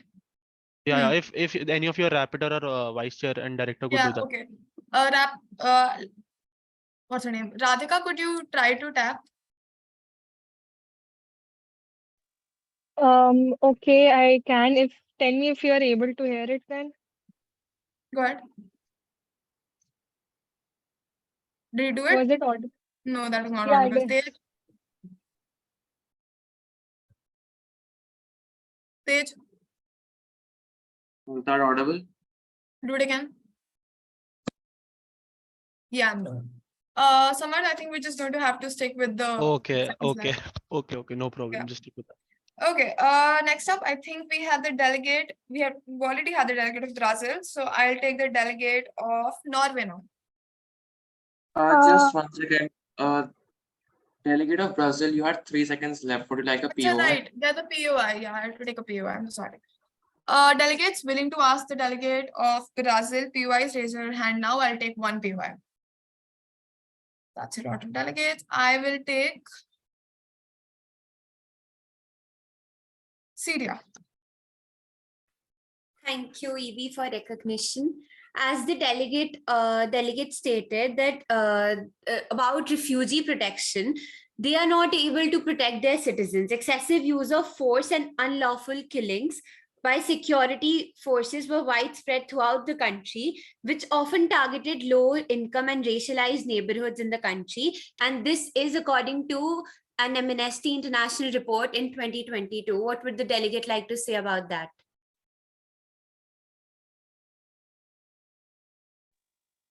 Sorry, can you repeat? The delegate of Brazil stated about refugee protection. They're not able to protect their citizens. Excessive use of force and unlawful killings by security forces were widespread throughout the region and often targeted low-income and racialized neighborhoods in the country. What would the delegate like to say about that? Okay, so firstly, and the killing of the unlawful killing by the police officers is a personal matter of Brazil. Secondly, with regards to what you said with the racialization and everything, Brazil is a safe country for refugees and it's a model for the United States of America actually. So to say that we are not able to protect our own citizens, so we will not be able to protect refugees is not a right statement.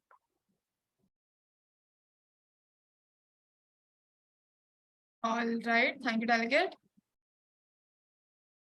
Okay, I believe we can move on to the next delegate now. It's Norway. Delegate of Norway. Delegates who did not Yes. get recognized, kindly lower your hands. Yes, sir.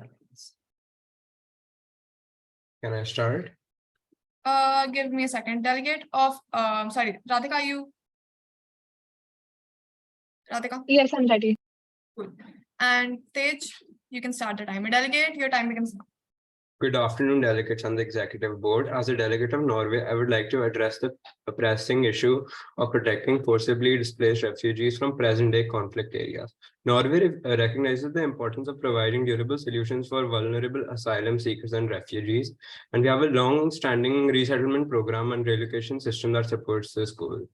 Norway is also a generous and a reliable donor to the UNHCR, providing flexible fundings to meet the growing humanitarian needs around the globe.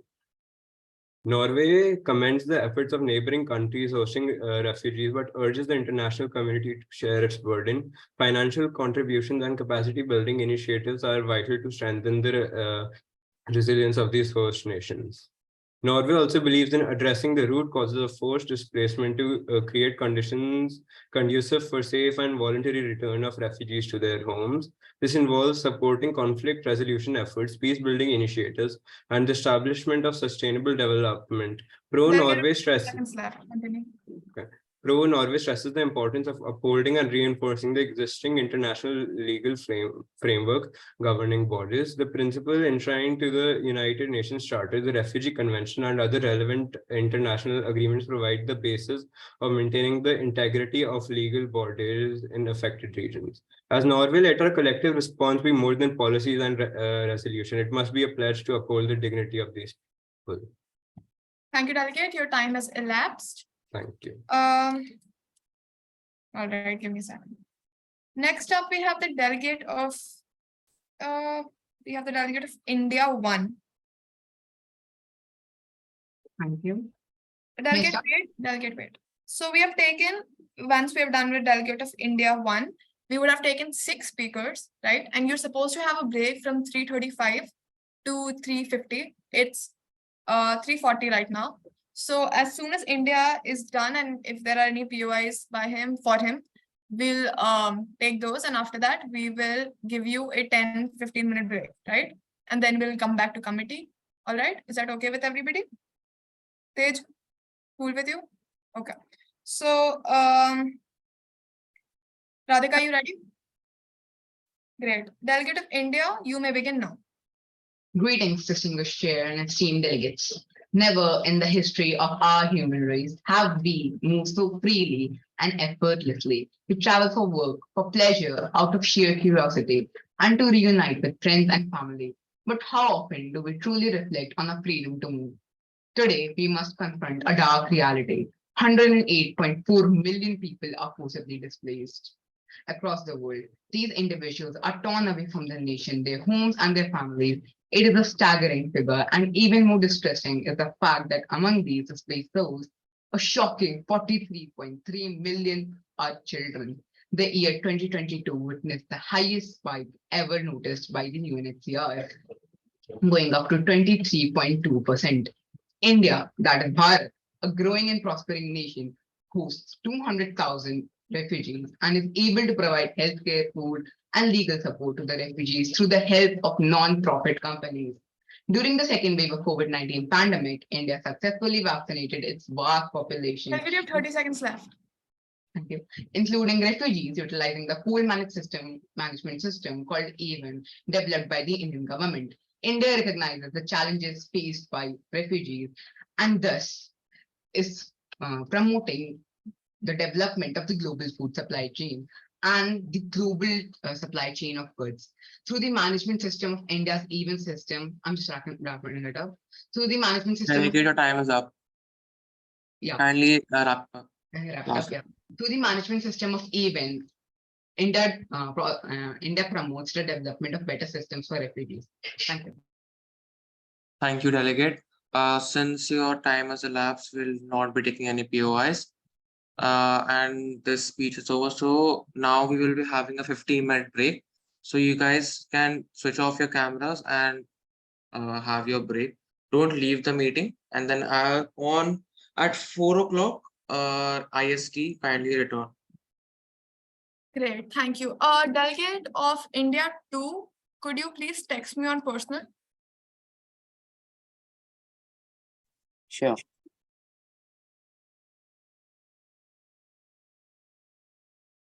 Do not leave the meeting, delegates. Please stay here. I'm not sure if they said that. Don't leave the meeting. Just turn off your camera.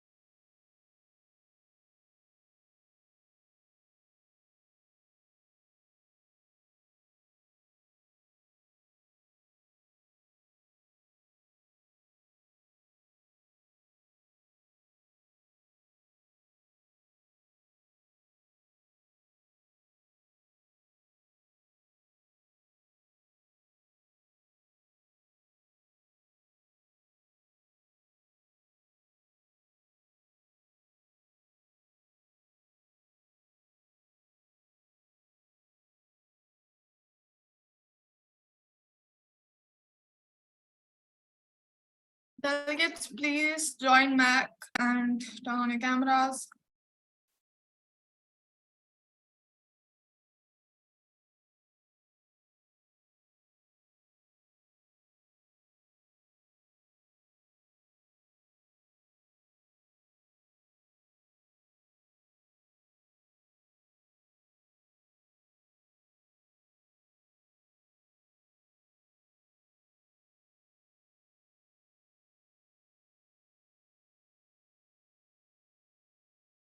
Delegates are receiving chits.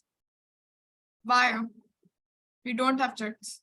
Please don't send me chits. I won't be marking you for them. I'll read them, but you're not going to get any marks for them. They're basically unsubstantive. I don't read them.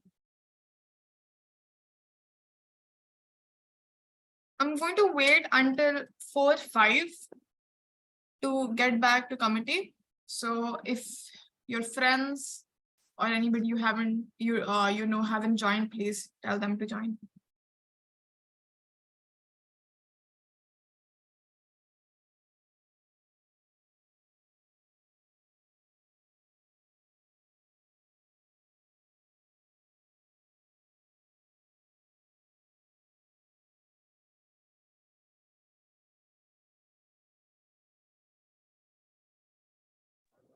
Didi? Yes, Malaysia. Yes. I just want to say that can we just have the voting for the two POIs again?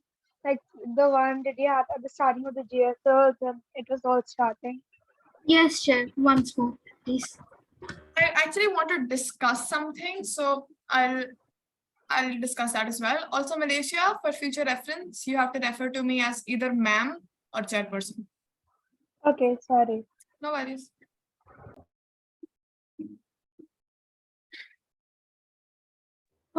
Excuse me, Chair.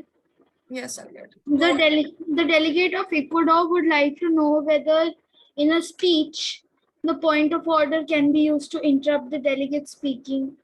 Never. The only point that you're allowed to really use to interrupt a delegate is point of personal privilege, right? And even then, it's not recommended. You should never interrupt a delegate. Wait until they're done and then raise your point. Also, for future reference, you always need to raise your hand for a point to be raised, all right? So you can't just say, ma'am, can I just raise your hand? I'll recognize you, right? Delegate of Peru, you had raised your hand. Yeah, I had two things to say. Thing number one, when we actually do the voting for two POIs, instead of two, can we do it for one POI, like a mandatory POI?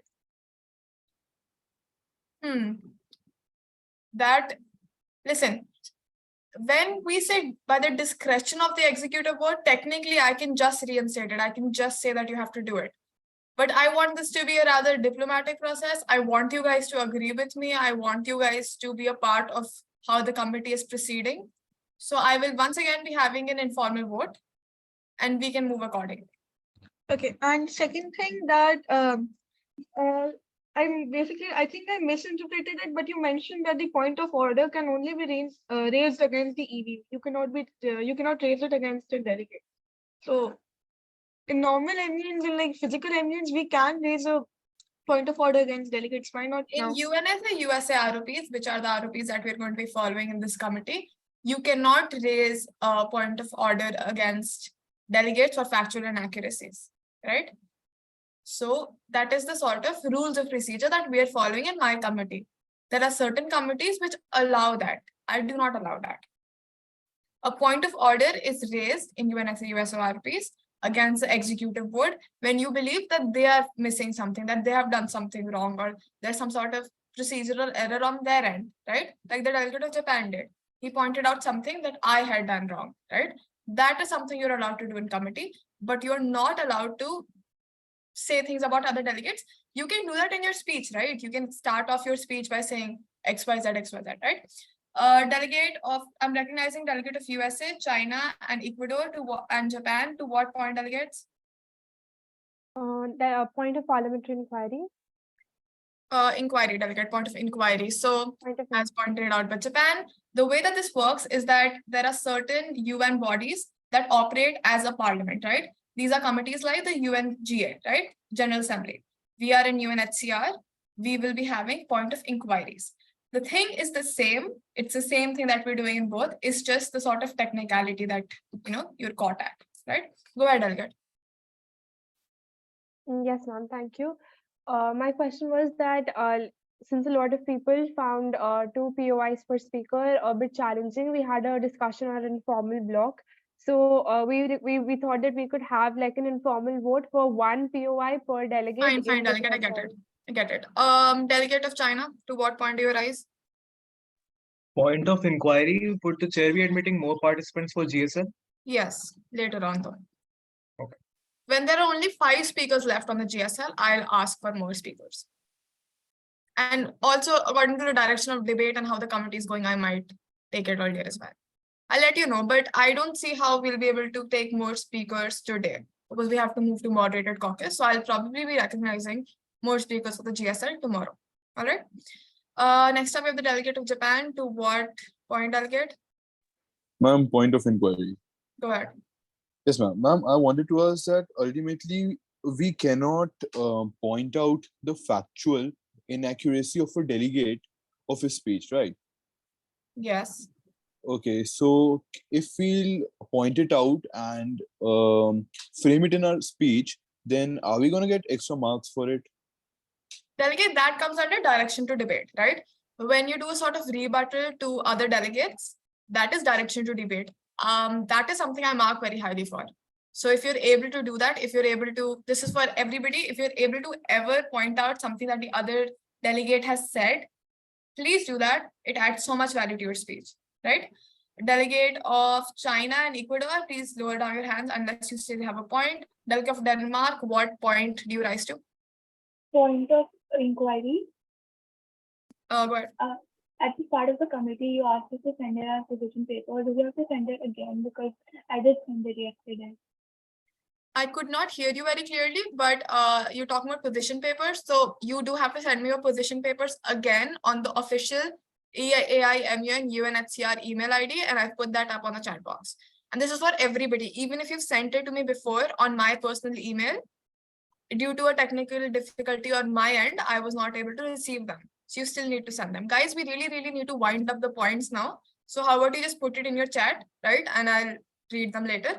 I'll be taking one more GSL speech and then I'll be taking motions for moderated caucus. All right. So let us, right before that, discuss 2 things, right? First of all is the schedule.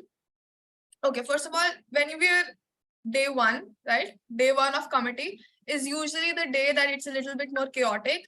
It's the sort of day that the executive board is trying to give you sort of a direction as to how they want the committee to go. So you can expect significant delays on day 1. But from day 2 onwards, you have the sort of constant committee speeches, questions kind of format. All right. So whatever late things we're noticing today won't be happening tomorrow. So don't worry about that. Our committee session ends at 5:15, right? It's 4 p.m. right now. It's 4:10 actually. So you have nearly exactly an hour of committee left. Okay. What I propose we do is that I take one more GSL speaker, right? Then I take motions for a moderated caucus. And then we just facilitate that moderated caucus. We get done with that moderated caucus. And then I give you reviews for today, right? So that you're able to, you're able to apply those for your performance tomorrow and whatever. You will not be able to text me today for personal feedback. Do not text me today for personal feedback. I'm not at liberty to tell you how you're doing today. I can give you feedback as a committee. I cannot tell you how you did personally until day 3. I do not want to do that. I want you to reflect on your own actions, right? So that's that. I think we can begin now. Radhika and Tej, are you ready? Just 1 second. Yeah.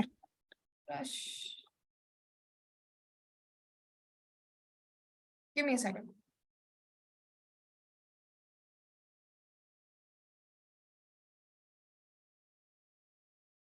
Okay, so we have, which delegate do we have now? I believe we have the delegate of Finland. Delegate of Finland, are you ready? Yes. Delegate of Finland is our 7th speaker. Okay.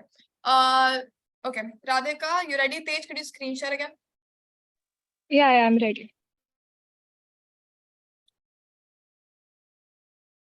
Give me 1 second, my Google is like not going open. on. It's all right.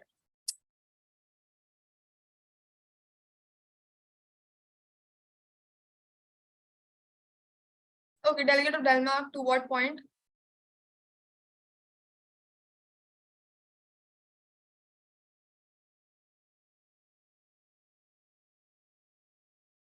Is the screen visible? Yeah, it is. What is happening?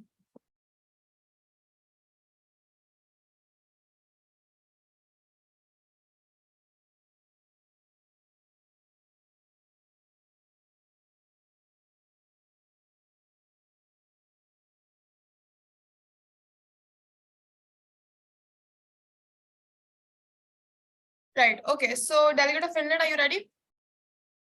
Yeah. Okay. Delegate, you may begin now. Delegates, following Russia's unjust invasion of Ukraine, Europe has witnessed an influx in the number of refugees arriving. One distinguishing characteristic of the refugee flows from Ukraine is the unusual gender distribution. The general mobilization has prevented most men from leaving the country, which is why the refugee inflows from Ukraine are mainly composed of women, children, and elderly people. In such a context, existing EU measures to tackle resettlement of these refugees and revealing the financial burden on host countries has been partially effective.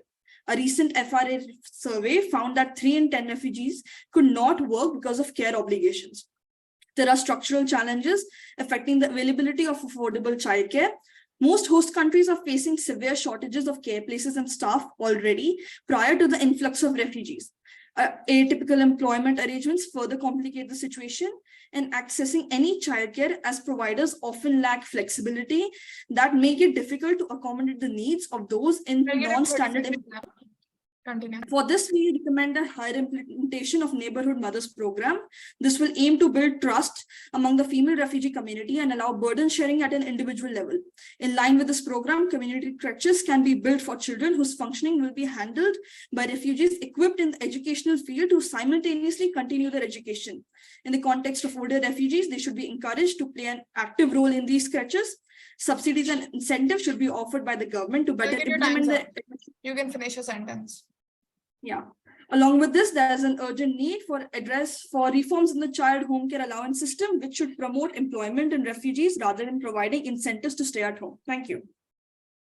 Thank you, Delegate. Are there any motions on the floor?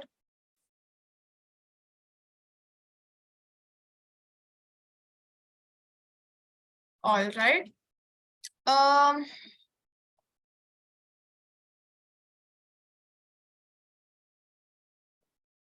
I'll be taking 3 motions, right? So we have the delegate of China, Australia,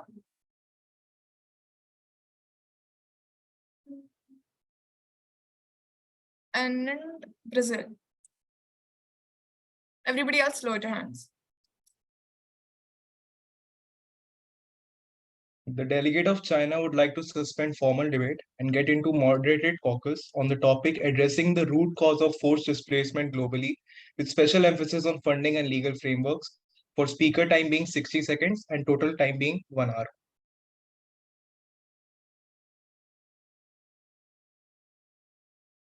Per speaker is 60 and total is 1 hour. Yes. 60, fine. Next up, we have the delegate of Australia. The delegate of Australia would like to raise a motion on the topic addressing the root causes of forced displacement globally. Same agenda? I mean, same topic? No, it's different. Okay, continue. Addressing the root causes of forced displacement globally with special emphasis on funding and legal frameworks. Individual speakers' time being 60 seconds and total time being 40 minutes. So the topic was the same, it's just a time difference that you've given, right? Yeah. All right. And then we have the delegate of Brazil. I had the same topic. 60-40 or 61 hour? I'm 60-40. Right. So, guys, there's also the concept of order of disturbance and order of precedence, right? So, by the order of precedence, it's when there are 2 motions which are facilitating the same amount of delegates, right? we vote upon the motion that was raised first, right? When it comes to order of disturbance, it is when we vote upon the motion that facilitates more delegates, hence causes more disruption, more discord first, right? So by order of disruption, we'll be voting upon the delegate of China's motion first because their time is 60-60. So we'll be able to facilitate 60 delegates in this mod call. Meanwhile, the other one was 60-40, which obviously facilitates lesser, right? So delegate of China, would like for you to repeat your motion, the topic for your motion, topic for your mod call a little bit slower so that I can note it down. And Radhika, please note it down as well. Say it again, China. Addressing the root cause of forced displacement globally with special emphasis on funding and legal frameworks. Legal. Acha, okay, fine, thank you. Radhika, have you noted it down?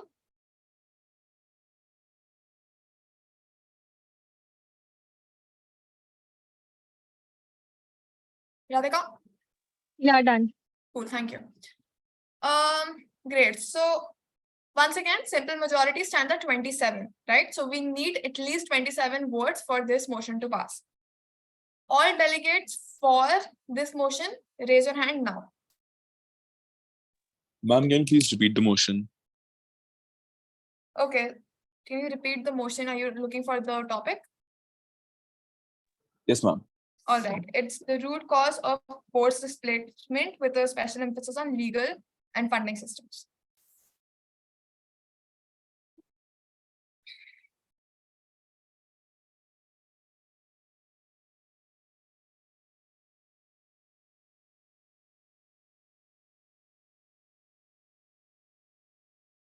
How many people? We only have 8 people who are raising their hand right now.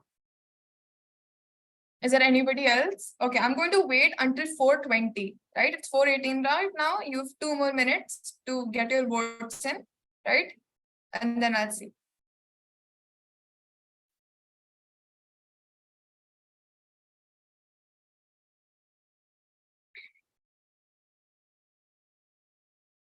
Excuse me, ma'am.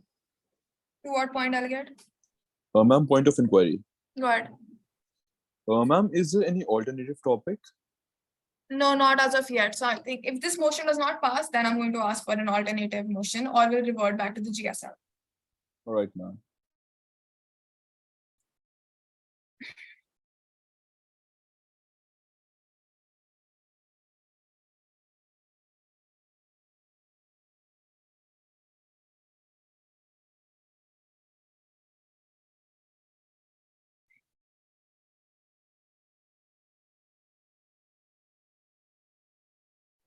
Point of parliamentary point of inquiry. Go ahead, delegate. This delegate would like to know whether the House is open to personal pronouns during the GSL speeches. What does that mean, delegate? You want to use personal pronouns towards yourself? You want to say I? The delegate would like to know whether is there any negative marking for personal. There is never any negative marking for such small technicalities. It's just that when you are in a conference, you're usually supposed to refer to yourself in third person and to the other delegates in second person by saying delegate of XYZ. So if I am the delegate of, say, China, then when I'm referring to the delegate of USA, I will say delegate of USA and I will refer to myself as delegate of China. But I can technically use personal pronouns. There's nothing wrong with that. It's just that you're representing a whole nation, right? So it's better to be more inclusive in that regard.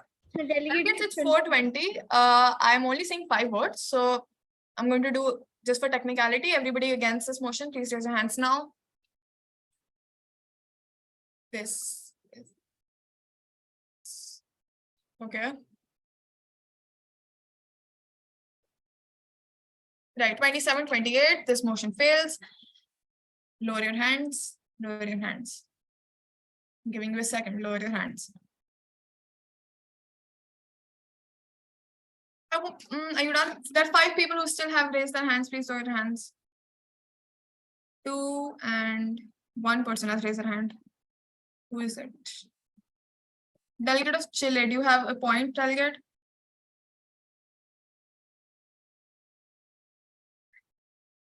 Okay, I'm assuming it's a technical difficulty. Delegates, did you have an unmod cock or any sort of discussion, anything during the break? Yes, Can Chair. you lobby anywhere? Wait, I'll ask you to answer. Give me a second. Raise your hand if you want to answer first of all. And I'm asking, do you have any sort of communication between yourselves right now? Anything that you have discussed as a committee? I want the delegate of Cambodia to answer.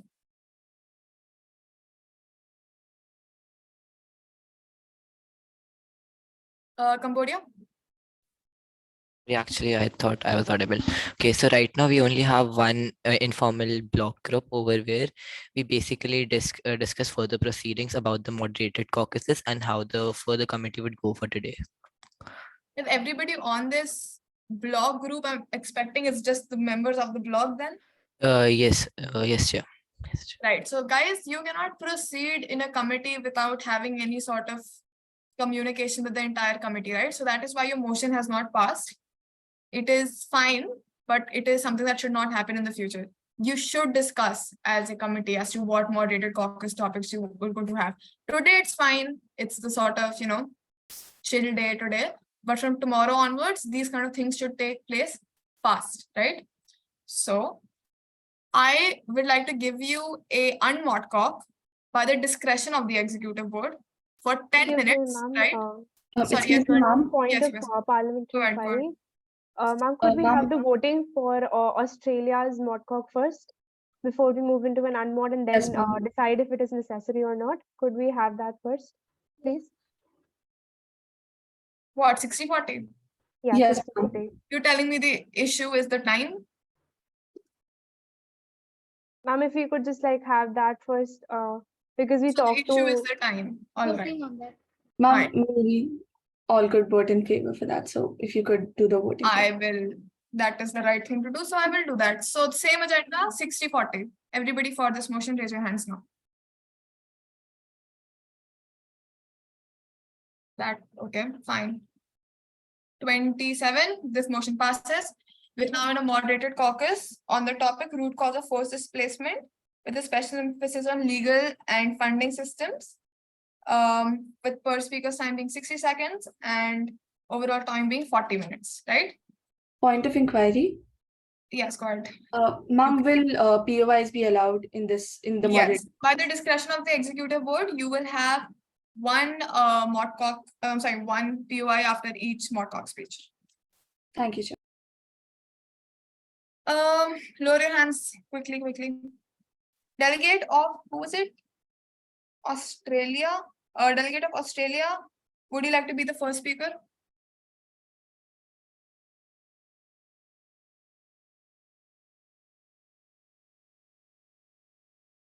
Delegate of Australia.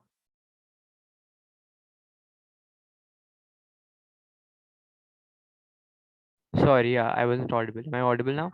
Yeah, Yeah, I'd like to be the first speaker. fine.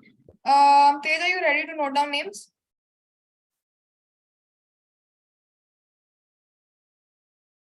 Tej? Yep. Okay. So, give me a second.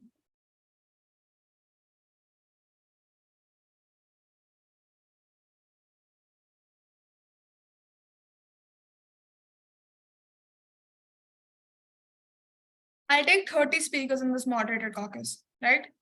So technically I can facilitate 40 speakers, but I also want to take POIs. So taking that into account, I'll take 30 speakers. Is that all right with everybody? If you have an issue, raise it right now and I'll start with my recognition then. Cool. Okay, USA, go ahead. No, ma'am, I'm sorry. No worries. I'm going to, okay, you can raise your hands now. Fine. Tej, are you ready? Yes. Okay. First up, we have Australia.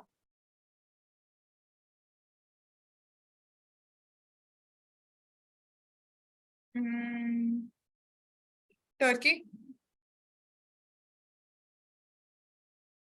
Ghana.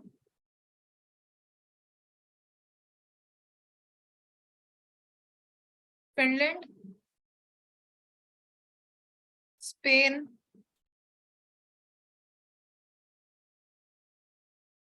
UK, USA, Egypt, Malaysia,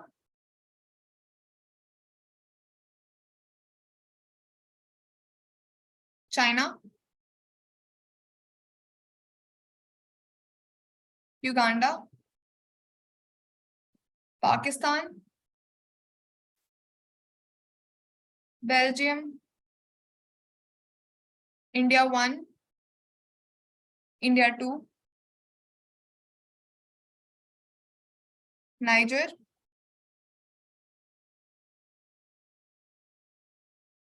how many people have we recognized?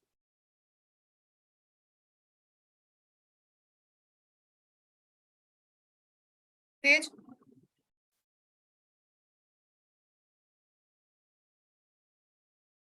Tej? I can see 22, Chair. Sorry, I was on mute. It's 19 not 20. Tell me the number.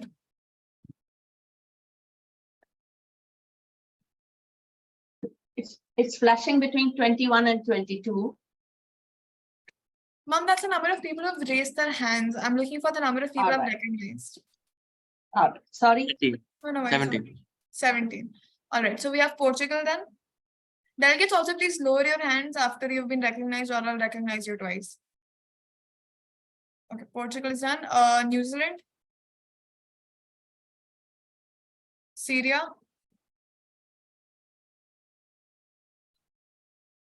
Israel.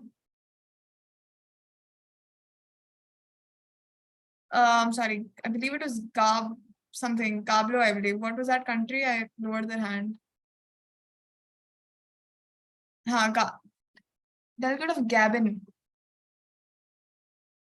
And then delegate, you can lower your hand now. Denmark, Ethiopia,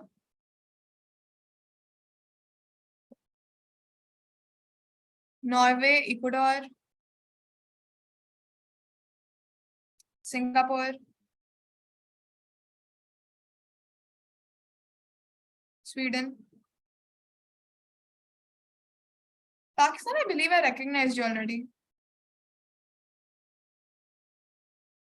Same with Brazil, I believe. Albania, Ireland,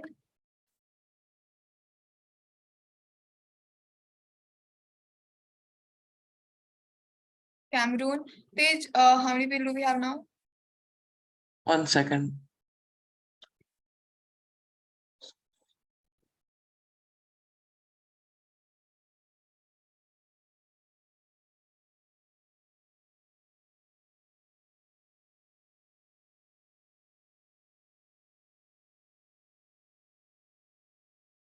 Yeah, 30. Okay, 30. Cool. So I've recognized 30 delegates now. Please lower your hands, everybody. Can the delegate of Peru raise a point of inquiry? Yeah, go ahead, delegate. Sorry, yeah, okay. I just wanted to ask if out of 40 minutes, if we still have like a minute or two left, can I get that time because I was not ready? Yeah. Don't worry, delegate. If we're not able to finish the mod cock, it will continue tomorrow anyways. We will just begin with the mod cock tomorrow. But I don't see a reason to recognize more speakers. You can speak in other mod cocks. All right. Or you can ask POIs. All right.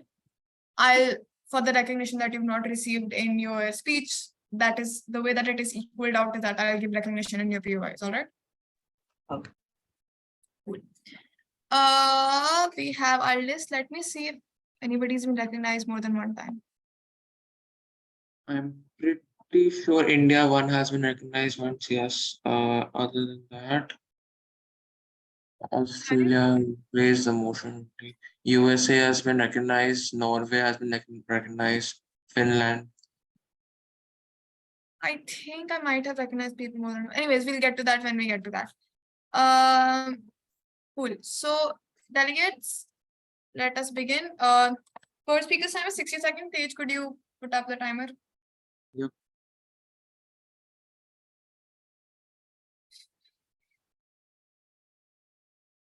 one POI after each Modcock speech, all right? From tomorrow onwards, we'll do 2 POIs after every Modcock speech. The reason we're doing only one today is that we are a little short on time. And I want to take out time to have a sort of feedback session for you guys today. Because today is the only day I can have like a proper extensive one, right? So with no further ado, Radhika, are you ready? Yes. Great. Australia, you may begin now. Yeah. Australia is resolute in its commitment to tackling the root causes of forced displacement globally through concrete policies and specific solutions. In addressing this issue of funding, we propose the establishment of a global fund for conflict prevention and resilience, pooling resources to target the root causes of conflict such as poverty and inequality. We advocate for increased financial contributions to international organizations like the UNHCR, specifically for conflict prevention, peace building, and development programs in affected areas. Additionally, we encourage public-private They'll get 30 partnerships seconds have elapsed. Continue. to mobilize resources effectively on the legal framework front. Adherence to the international humanitarian and human rights law, and UNHRC facilitated workshops to strengthen legal frameworks among member states. These measures, we believe, are essential for preventing displacement and protecting affected population. Thank you. Right. So, delegates wishing to raise a POI to the delegate of Australia.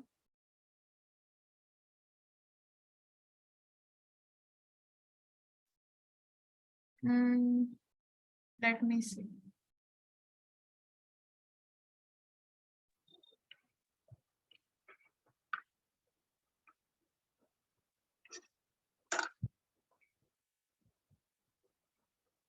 Japan, are you speaking in this Modcock? No. Yeah, you can ask a question. Yeah. I just wanted to. Am I audible? Yeah. Yeah. I just wanted to ask a very simple question to Australia. That there are many doctrines available. Many doctrines.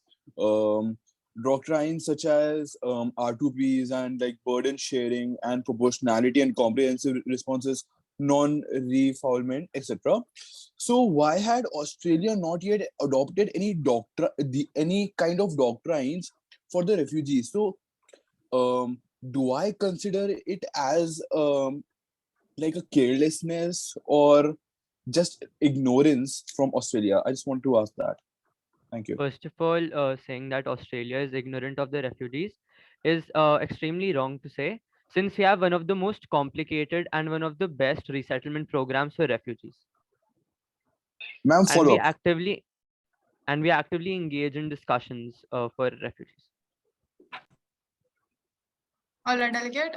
Japan, you're saying something?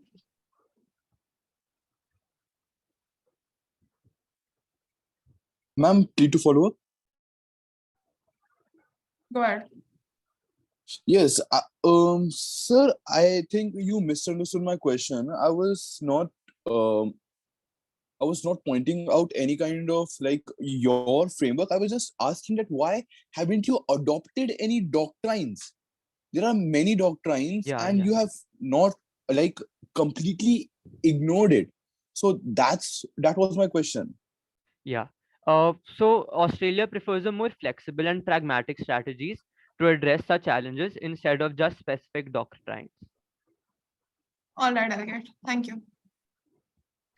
Next up, we have the delegate of, give me a second, we have the delegate of Turkey. Yeah. Radhika, are you ready? Yeah.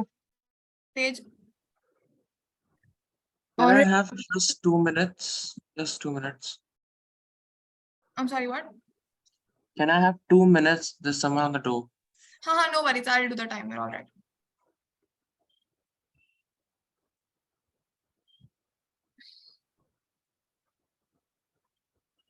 All right. Radhika, you ready, right? Yes.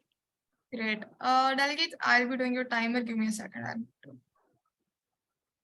Okay. Delegate of Turkey, are you ready? Yeah. Delegate, you may begin now. Honorable Chair, distinguished delegates and fellow members of the UNHCR, I feel privileged to be a representative of Turkey, which is the largest host of refugees in the world. Despite receiving limited international support, Turkey still manages to provide protection and assistance to over 4 million refugees, primarily from Syria. Since 2011, Turkey has spent more than $40 billion on hosting refugees. Turkey emphasizes the need for a lasting solution to the root causes of forced displacement, particularly the Syrian conflict. It supports the UN 30 seconds have passed. Go ahead. and the voluntary, safe, and dignified return of refugees to their home. Turkey reiterates its strong commitment to collaborate with all relevant parties to tackle the refugee crisis and safeguard the rights and well-being of refugees. Is that all, delegate? Yes. Thank you. Delegates wishing to ask a POI to the delegate of Turkey. Delegates, one more thing. You're sending me point of orders because you do not get recognized. That's not a point of order. That is a point of personal privilege, a point of inquiry at best. Okay? Not getting recognition is although very sad. It's not a mistake on my part. It's a sort of calculated decision I made to ensure that everybody is getting equal recognition. All right? The recognition that you don't get in a speech, you get in POIs. All right? Don't worry. Let me see.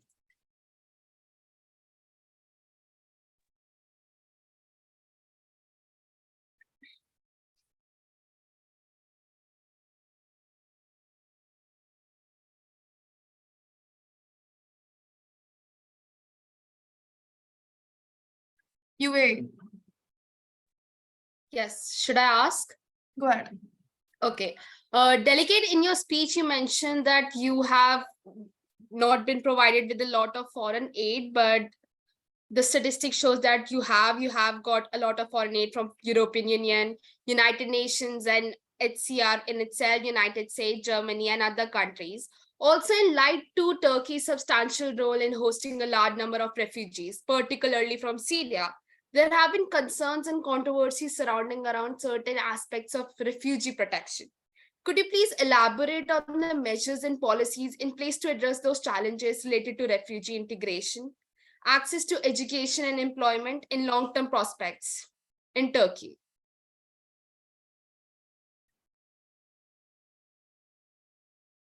Yeah, so the conditions that need to be met for the voluntary, safe, and dignified return of refugees to their homes in Syria are the cessation of hostilities, the establishment of a stable and inclusive political system, the restoration of basic services and infrastructure, and the protection of human rights and property rights. These conditions are in line with the UN Security Council Resolution 2254 and the UNHCR's principle and criteria for return. Thank you, delegate. Please to follow up. Tonight.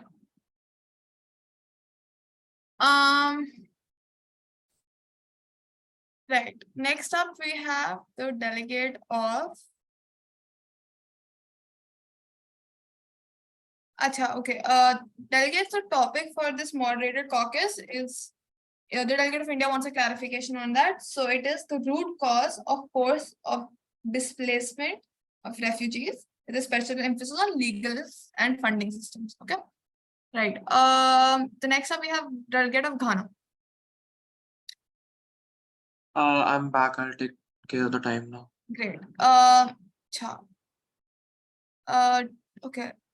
Rafael, I believe you're the delegate of Saudi Arabia. Okay. Right. Give me a second, delegates. Radhika, you ready? Yes. Okay. Ghana, you may begin.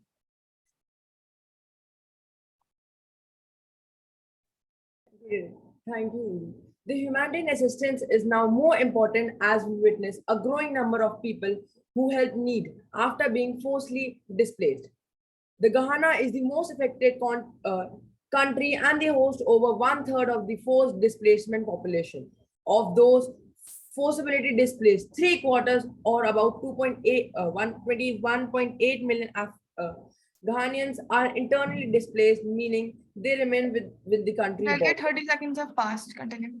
Internal displacement constituences a significant economic burden for the individuals, committees, and economics. In Ghana, for instance, the global intern displacement database indicates that over last 10 years, more than 1,62,299 Ghanaians have been internally displaced due to weather-related disasters, mainly storms and floods. Thank you. Thank you, delegate. Delegates wishing to ask a question to the delegate of Ghana.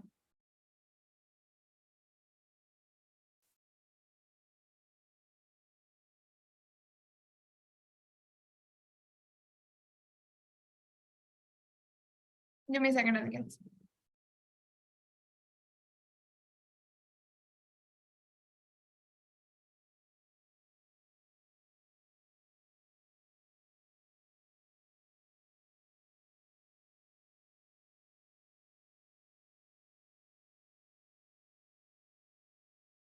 Peru. Okay, yeah. So my question to delegate of Ghana is that you're mentioning that Ghana hosts like 1/3 of forcibly displaced refugees. In your country, there's a group called Al Qaeda who is causing terrorism everywhere. Why?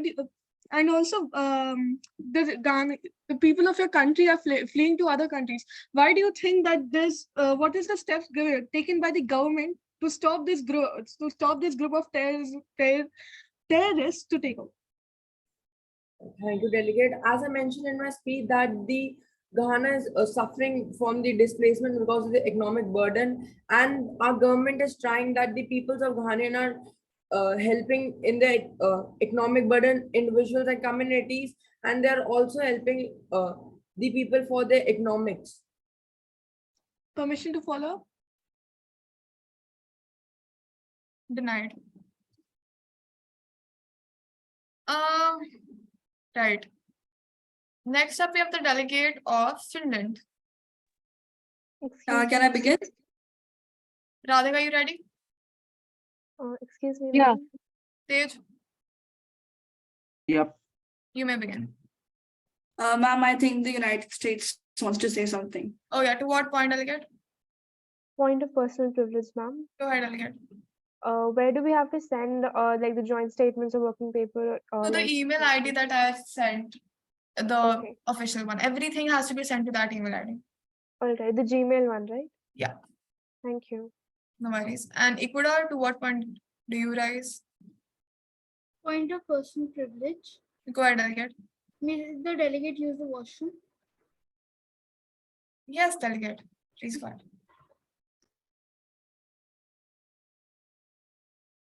Can I start? Finland, you may begin now. Okay. While there are a wide array of international legal frameworks and conventions that acknowledge the problems faced by refugees, the 1951 Refugee Convention lays down several obligations. One of the most important ones is the principle of non-refoulement.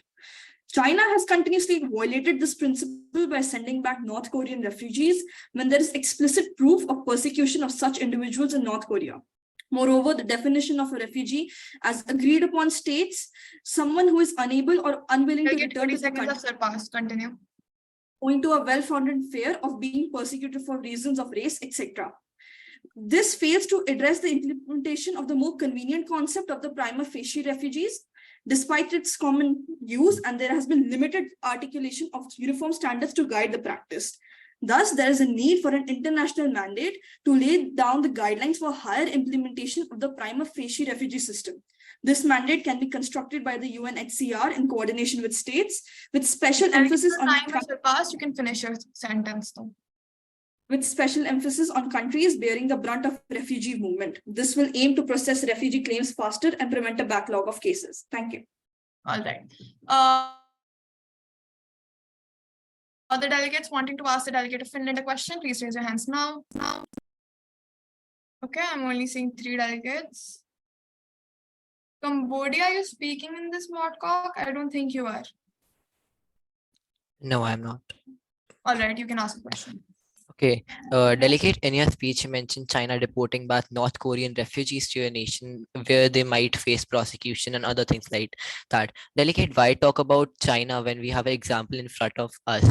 We have Finland. Demonstrators have attacked a bus which was full of refugees arriving at a refugee center in Finland, even in the presence of police officers on the side. Police officers left the situation and left the refugees on their own, which were later brutally injured by the demonstrators. How can I would like to have a stance on this. All right, so the incidents you mentioned was an unfortunate one, and I can assure you action has been taken against those demonstrators and the police officials. Moreover, this is a case in which Finland is not sending back refugees because even the Refugee Convention lays down that the principle of non-refoulement explicitly states that the refugees cannot be sent back to their own country. This is a case of violence within a country, and Finland has taken actions against this. So this is inherently very different from the situation that China is putting over North Korean refugees. Please to follow up. Delegate of Cambodia, what is your question? So basically, my question was, I just wanted the stance on an incident that happened in the nation, which was a bus of refugees attack. Yeah, I know that. It was okay. just that you wanted a stance, right? Yeah, right. So basically, I have a follow up. She mentioned something that.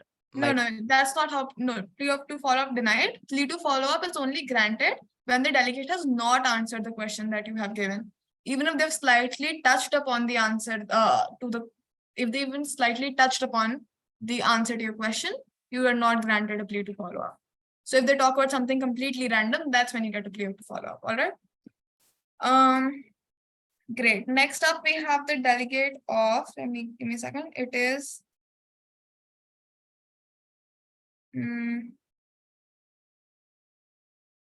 Spain. May I begin? Sorry? May I begin? Radhika, are you ready? Yes. Tej? Yep. All right, great. Spain, you may begin now.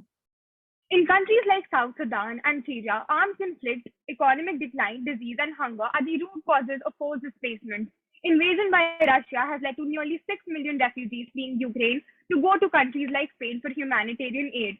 In order to provide facilities like local integration, resettlement, access to education, and healthcare to the refugees, it is important that legal procedures are taken up. Spain is a country which deeply believes in upholding the treaties and international provisions. Throughout the years, even after facing challenges, it has put sustained efforts to adhere to the laws in the 1951 Convention and its 1976 Protocol. Spain has collaborated with the UNHCR to enhance its capacity to provide protection to refugees. Countries like India, Malaysia, and China should take up such legal procedures as well. Spain believes that the strength of nations lie in their ability to lend a helping hand to those fleeing despair. However, due to lack of economic resources, many nations are not able to do so. On the other hand, countries like China and South Korea, even after being such big economies, have hardly received refugees in the past years. Therefore, global solidarity. Time is surpassed. You can finish your sentence. Funds should be introduced and NGOs should also contribute. Thank you. Thank you, delegate. Everybody wanting to ask a question to the delegate of Spain can raise their hands now. Give me a second, delegates.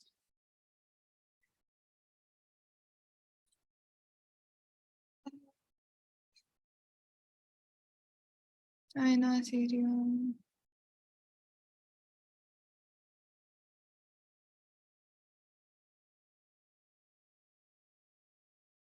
Delegate of Argentina. May the delegate of Argentina raise a question to the delegate of Spain. Yes, delegate, go ahead. How has Spain provided aid to the Ukrainian refugees?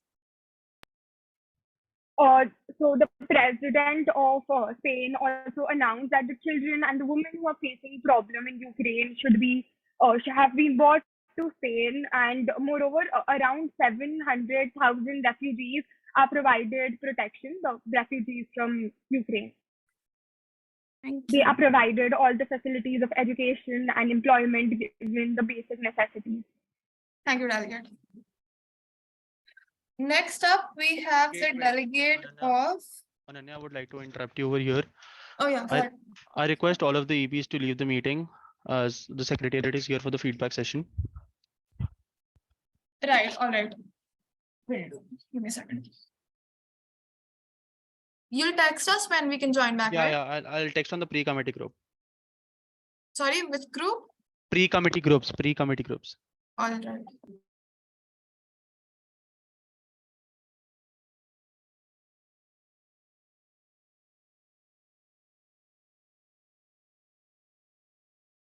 Right. I hope all the EB members have left the meeting. Right. So good evening, everyone. I'm Samarth Bhargav, and I'm currently serving as the Director General in e-AIMUN 2023. I'm here for a short feedback for UNHCR. Some negative feedbacks, positive feedback, any of that sort. Any feedback regarding day one. Appreciated if you guys have any negative feedback so that we could improve on day 2 and day 3. I'll recognize the speakers. Malaysia, followed by Syria, followed by Ecuador, followed by Cambodia, followed by UK, followed by Denmark, followed by New Zealand. I'm sorry, I have no problems. I had just raised my hand for a previous POI. Okay. Same. Okay. Delegate of Ecuador. Yes. Good afternoon. Good afternoon. The delegate of Ecuador believes that more participation, more chances should be given to Ecuador, which are not being recognized as much as of yet. However, otherwise the session is going great. However, the delegate of Ecuador wishes for more recognition. Okay, delegate. Information. Thank you. Thanks a lot, delegate. Points well noted. I'll just convey this to your EV. Delegate of Cambodia. So right, so far the session has been going great, but I think if we could, have a lot more POIs, the session would be a lot more interactive with a little bit of heavy debating and stuff. Because right now we are not basically getting chance to raise like huge points or allegations against nations. That's it. Perfect. Also, if you could not do that, you could do that in your speeches. From my personal opinion, I'll just say that if you could do that in your speeches, that would be very appreciated by the executive board as well. So, just a personal suggestion from my side. But delegate of UK. Continuing the point raised by the previous two delegates, basically the point where POIs should also be there in the GSL speeches, because considering it's a big committee, it is difficult for the EB also to incorporate all of the delegates in this, recognize them again and again. So if we could have 2 POIs in the moderated caucus instead of 1, and POIs in the GSL as well. Perfect. I'll just note that down.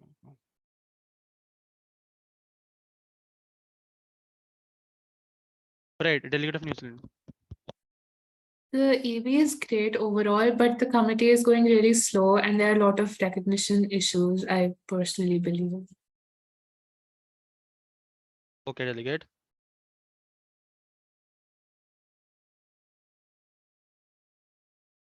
Perfect, delegate. Points well noted. I'll just convey this to your EB as well. Delegate of Indonesia. Yes, same having recognition issues as well. Delegate of Indonesia. Perfect. I believe this is a common theme with everyone, including me. People having recognition issues, can you please raise your hands? This is half of the Wait.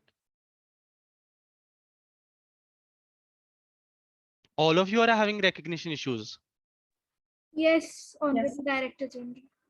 Right. So I'll just clarify for all of you for once. I believe on the first day, the committee session time was also less, and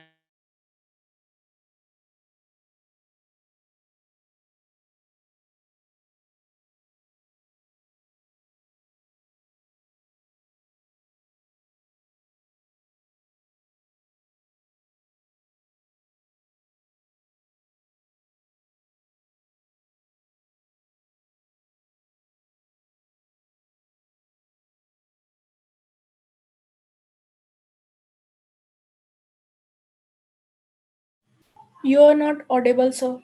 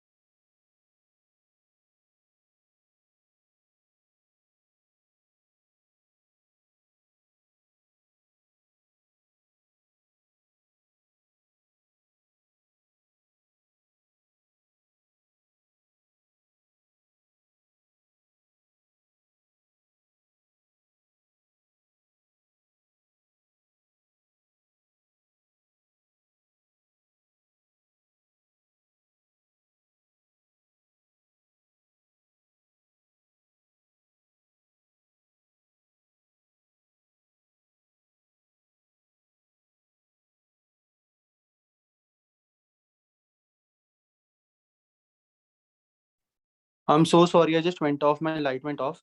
All right. You were. I was on recognition issues, right? Am I audible? Hello. Yeah. Yes, Yeah, Yes, I sir. think. Director General. Yeah. I think I'm audible. Right. So any other feedback? All right. Or also, I was explaining regarding the recognition issues. So I think on the first day you did not. The committee session time was less, as well as the committee proceedings also took a bit longer. Because we had to get everyone familiarized with the rules of procedure as well as the committee proceedings. So I'll ensure the committee moves faster tomorrow, and most of the people have the recognition issues fixed. Any other feedback? Delegate of Norway. I forgot to raise my hand. Sorry, lower my hand. Right. Delegate of Brazil.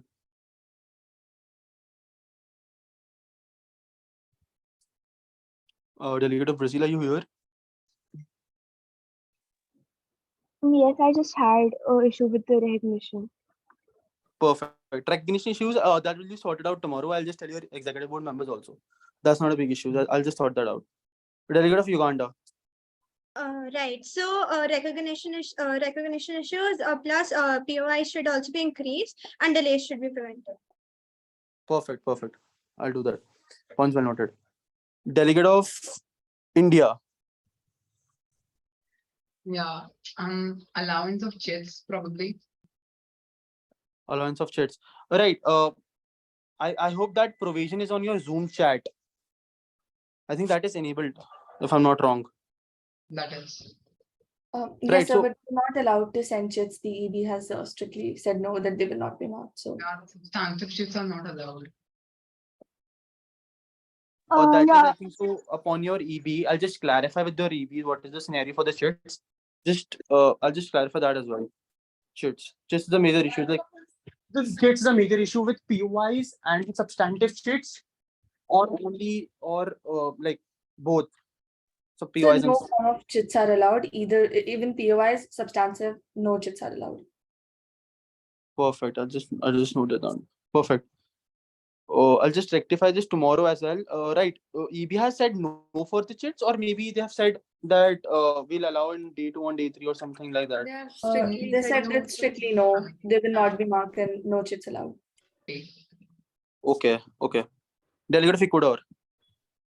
The delegate of Ecuador would request the Director General to increase the point of information and make it compulsory for each speaker in the GSM. Perfect. I'll just note it down. Okay. Points are well noted. I've just noted down all of your points. Also, we are also having foreign delegates in this committee. Foreign delegates participating. If you have any feedback regarding the EB members, regarding the committee proceedings, or maybe you are not able to adjust in the committee, if you're facing any sort of issues, please raise your hand so that we can consider that as well.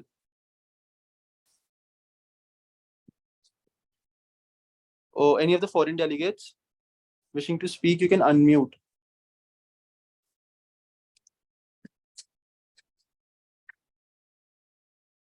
Seeing none, I'll just end this feedback right here. Also, I'll tell your EB regarding the feedback so that they can improve on day 2 and day 3. So that we can improve on day 2 and day 3. Rest any other feedback regarding anything else? Perfect. Seeing none, I'll end the feedback session here. I'll also tell your EB members to join back as soon as possible. Thank you.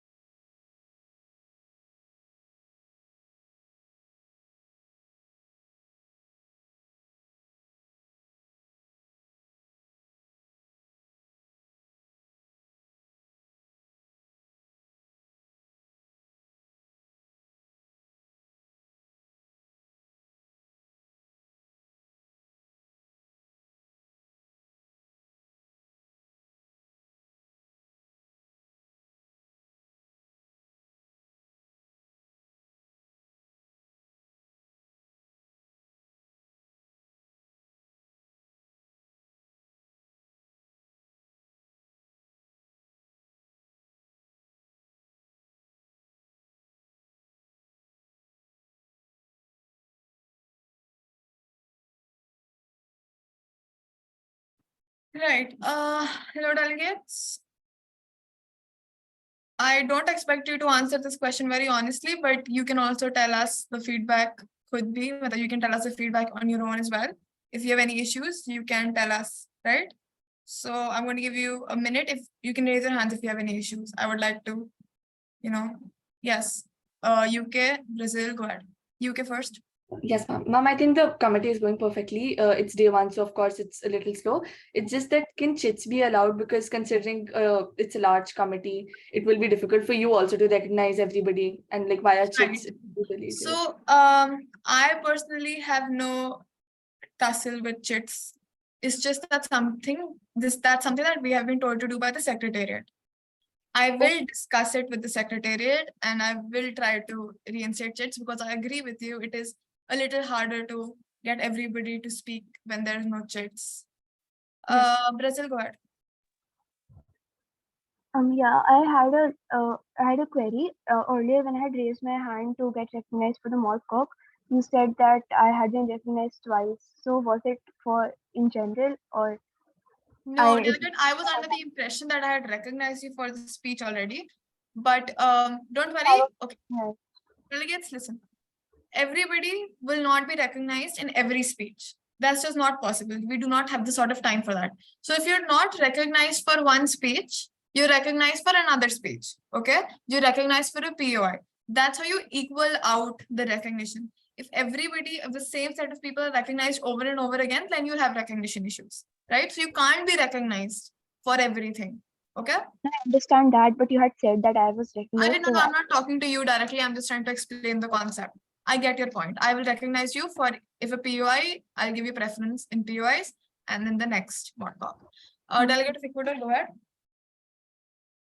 The delegate of Ecuador believes that this committee session is going well. However, the delegate would also like to raise out the point of the chit system, because the delegate of Ecuador believes that they have not got as much recognition. Sorry, you want chits because you believe you haven't gotten recognition.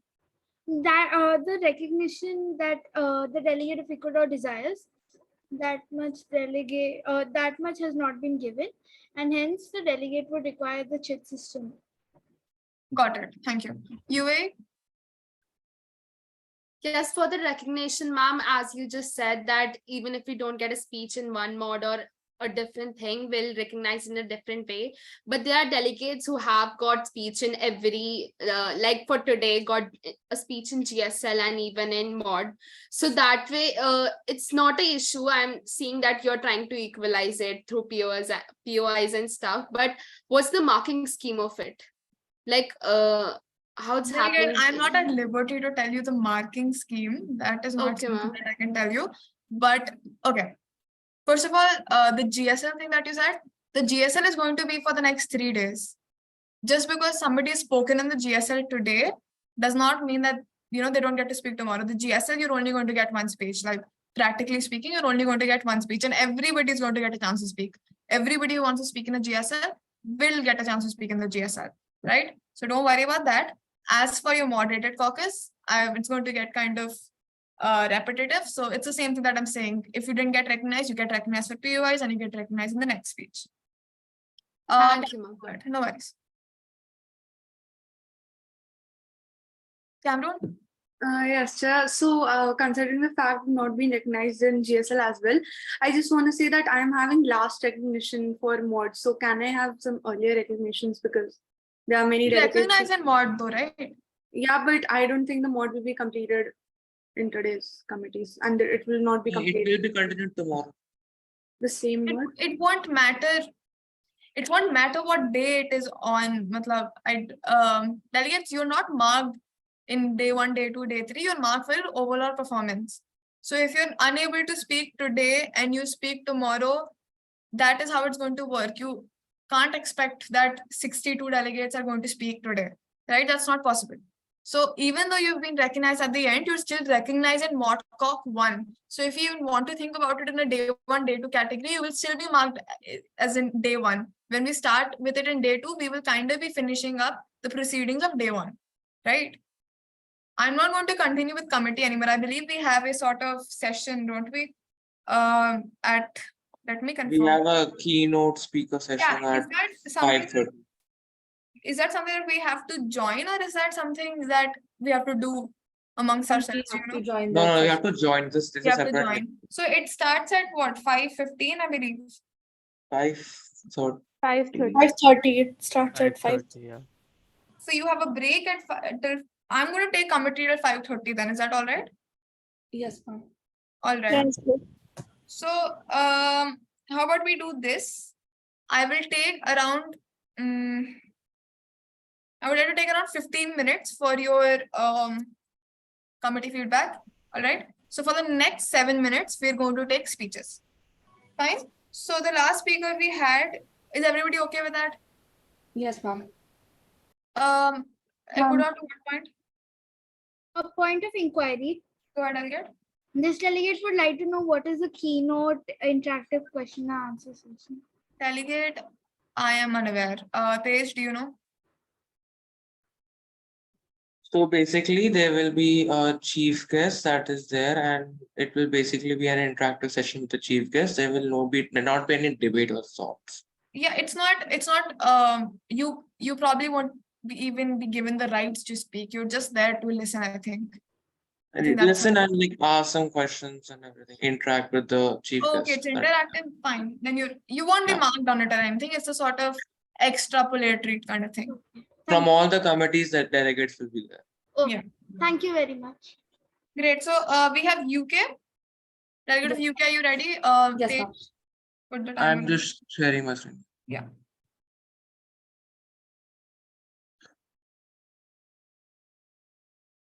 Yep, it's shared. Give me a second. I believe I'll be starting. Radhika is Radhika here? Yeah, she's here. Fine. Radhika, are you ready? Yeah. Delegate, you may begin now. I'll be starting in 3, 2, 1. Under the 1951 Refugee Convention, we observe that the only violations of civil and political rights are considered for determining the refugee status. But a loophole can be seen here, as the definition also talks about persecution and denying of human rights, thus considering that the right to a healthy environment is a human right, so that people who are forcibly displaced due to environmental conflicts such as forest fires, etc., should benefit from the refugee protection as well. In such a case, the principle of common but differentiated responsibility also applies. The CBDR principle acknowledges that all states have shared obligation to address environmental destruction. In the Earth Summit 1992, states acknowledged the disparity of economic development between developed and developing countries. This way, the environmental law can be connected to humanitarian purposes when looked at forcibly displaced due to environmental conflict. Here, the 2005 UNHCR resolution can also come into play that said that if a government of a state is unable to protect, then the people of that country become an international responsibility. Thus, with this mindset, countries that are comparatively richer, such as UK itself, can assist the economically weaker countries. The delegate of UK thus proposes the development of a crisis management bank or Your relief time's package up. bank. Yes, just winding up my statement. Or relief package bank called RAB, or the Refugee Aid Bank, with the help of World Bank and IMF, where developed countries will give loans at lower interest rate or practically negligible to countries facing overload of refugees. Okay, fine, thank you. Everybody wanting to ask the delegate of UK a question can raise their hand now.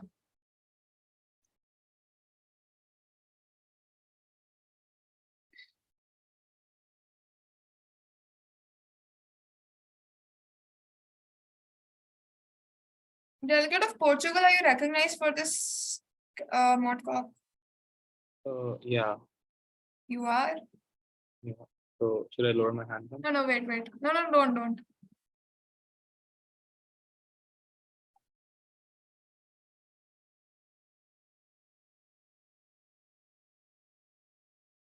Delegate of Indonesia. I actually have a point of privilege. Fine, then I'll take the delegate of Malaysia, but yes, go ahead, delegate.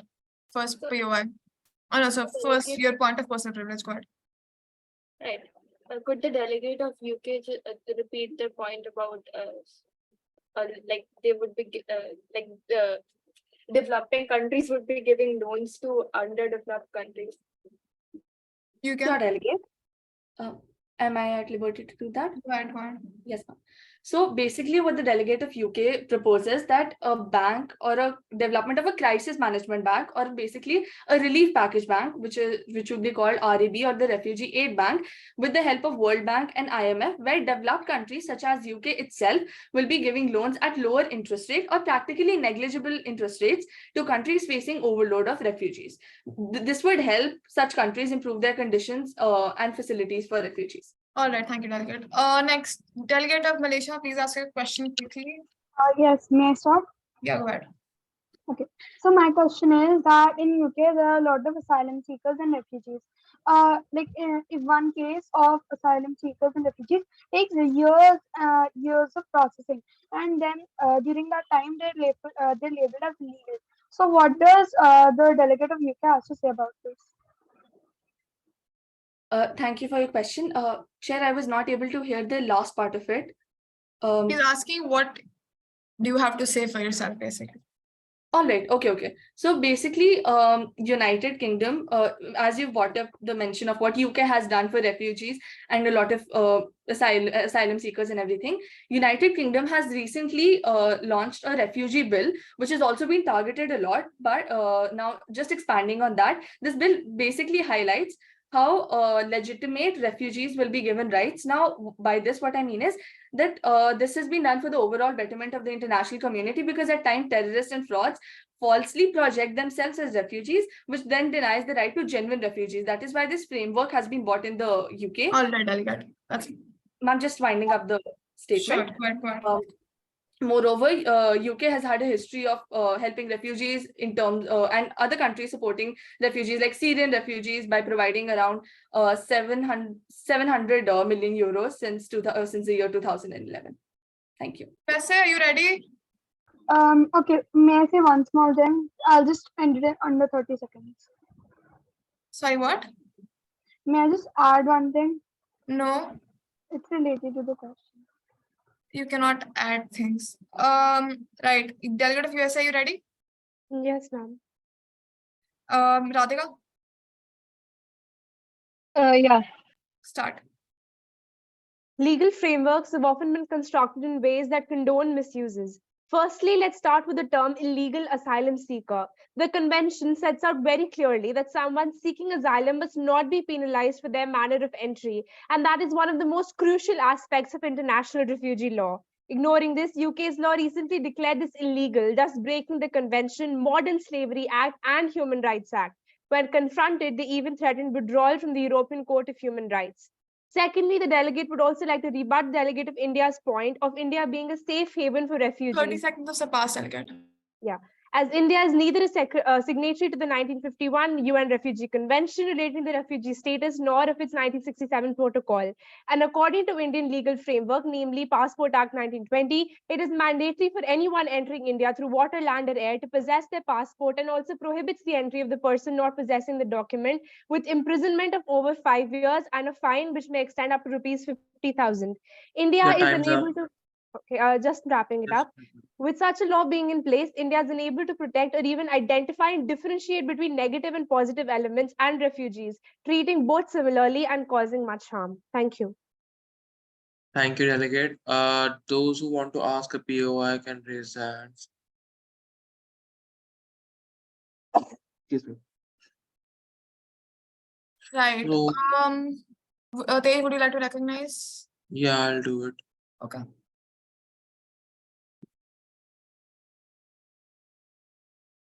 I'm pretty sure delegate of Norway. Have you given a speech? No, he has not. Yeah, you can go ahead. Go ahead, the question.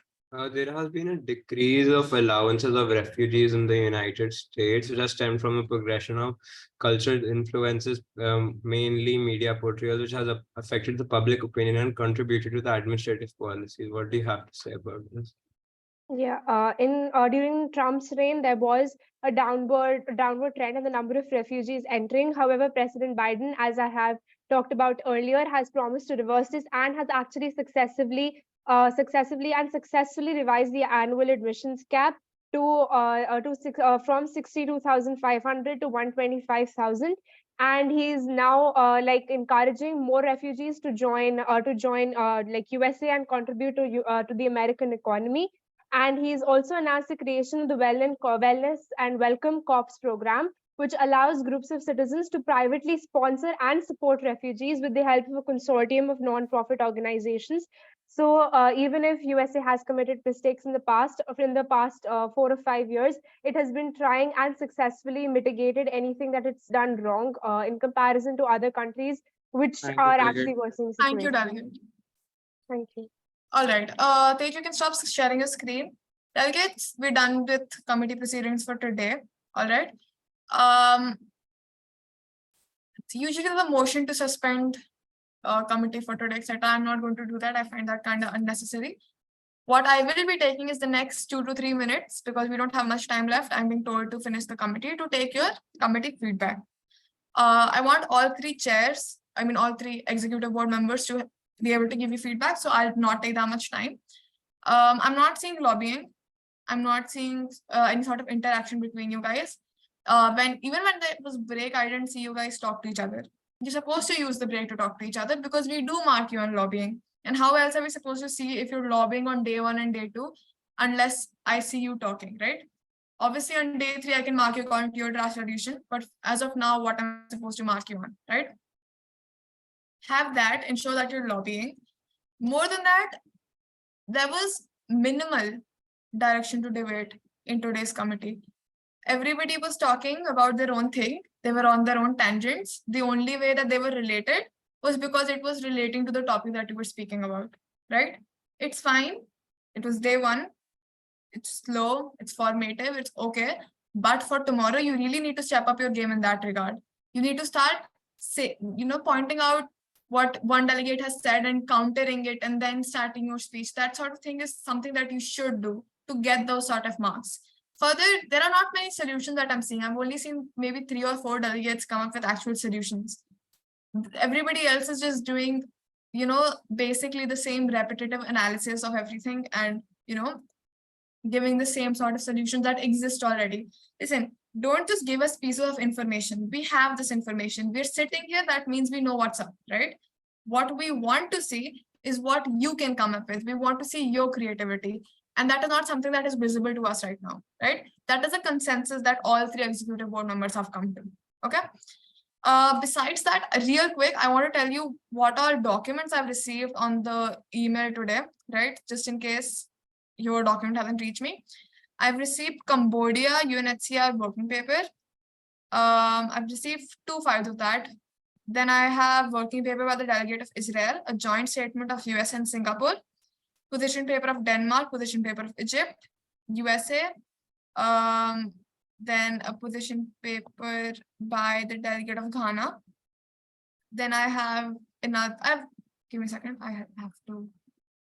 Yeah, a position paper by Ghana. Then I have a position paper by Indonesia, Hungary, Norway, Cameroon, China, and Israel, and Brazil. And this is for the delegate of Albania, right? So these are the documents that I've received. If I did not call out your name, your document has not been received, just send it again. The delegate of Ecuador has sent the mail, and the delegate of Ecuador has proved that they've sent the mail and has been received. However, it has not been introduced there. So could the delegate share a screenshot? Sorry, what? Should the delegates send a screenshot of them sending the mail? This is the delegate of Ecuador, right? What did you send me? The delegate of Ecuador has sent a position paper of 3 attachments. What's your name, delegate? Nilansh. Yeah, I don't have your file. Send it again. Or send it to me on WhatsApp. Fine. Then the delegate of Saudi Arabia.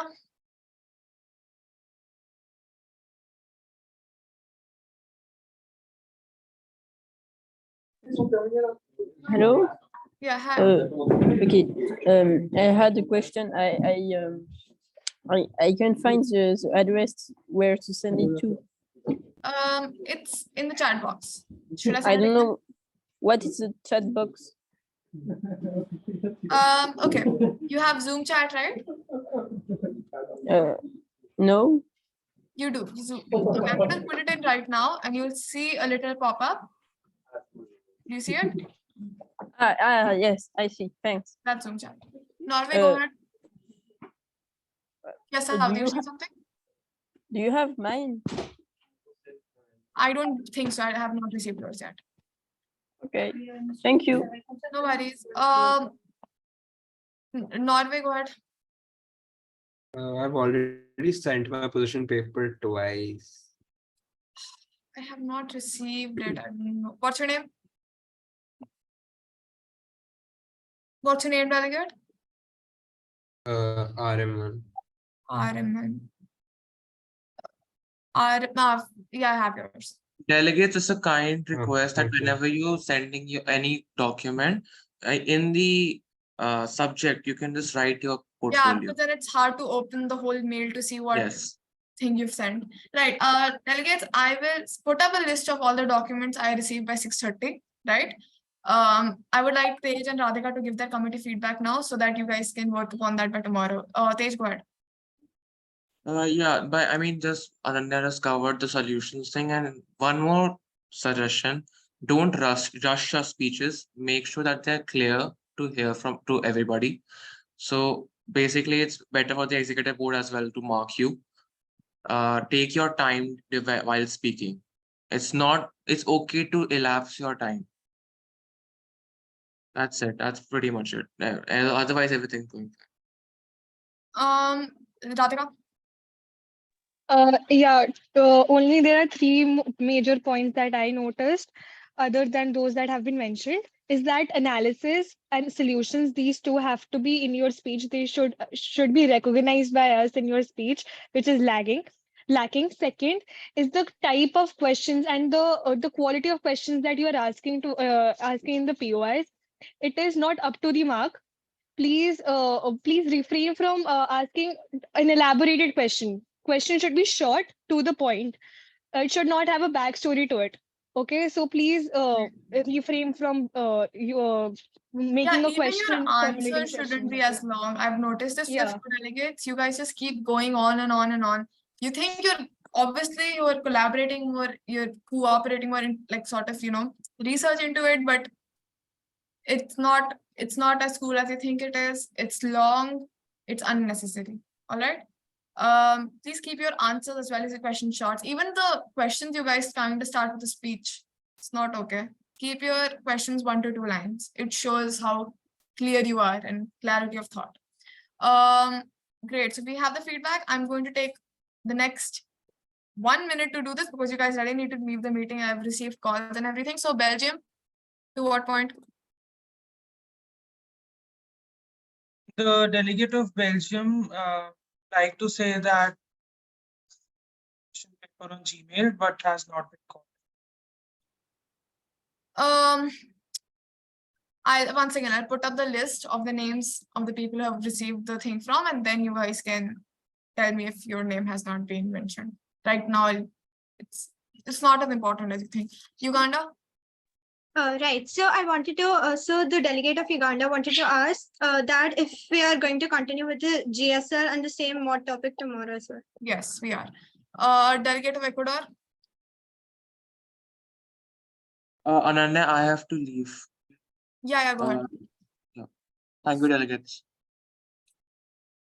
Ecuador. The delegate of Ecuador would like to confirm whether the chair has received their message on WhatsApp. I have. Malaysia. Yeah. So I believe that you by accident you perceived my question wrong when I was asking it to the United Kingdom. Of course, it makes no sense to ask it now. But what I was trying to say, I'm just trying to point it out. That what I was trying to say was that there are a lot of asylum seekers in UK, but not. Delegate. You can't do this right now. You have to incorporate this on some sort of speech right now. This is not the time for this. Also, delegates, you have until 6:30 to send your working papers for today. You until 6:30 to send the position papers for today. If you send me the email, it will reach me. Okay, it's not as complicated. So if I didn't call out your name, I probably just missed your name. All right, don't worry about it. If I do miss your position paper, you can simply just say you did send it, and I'll acknowledge it. Right. Besides that, we will consider the GSL. We will continue from the delegate after the delegate of USA for the moderated caucus tomorrow. So we'll start off with the mod cauc and then we'll continue with the GSL. So we'll be starting with the delegate of Vijay tomorrow for the mod cauc. Okay. That is all. I will send the list of people who were recognized with GSL and mod cauc on the group on WhatsApp. All right. With that, you guys can leave the committee. Thank you so much. Goodbye. Thank you, Ananya. That's what I wanted to remind them. The other meeting has begun. Thank you. Thank you, dear. Thank you. Thank you so much. Thank you. Bye. Bye-bye.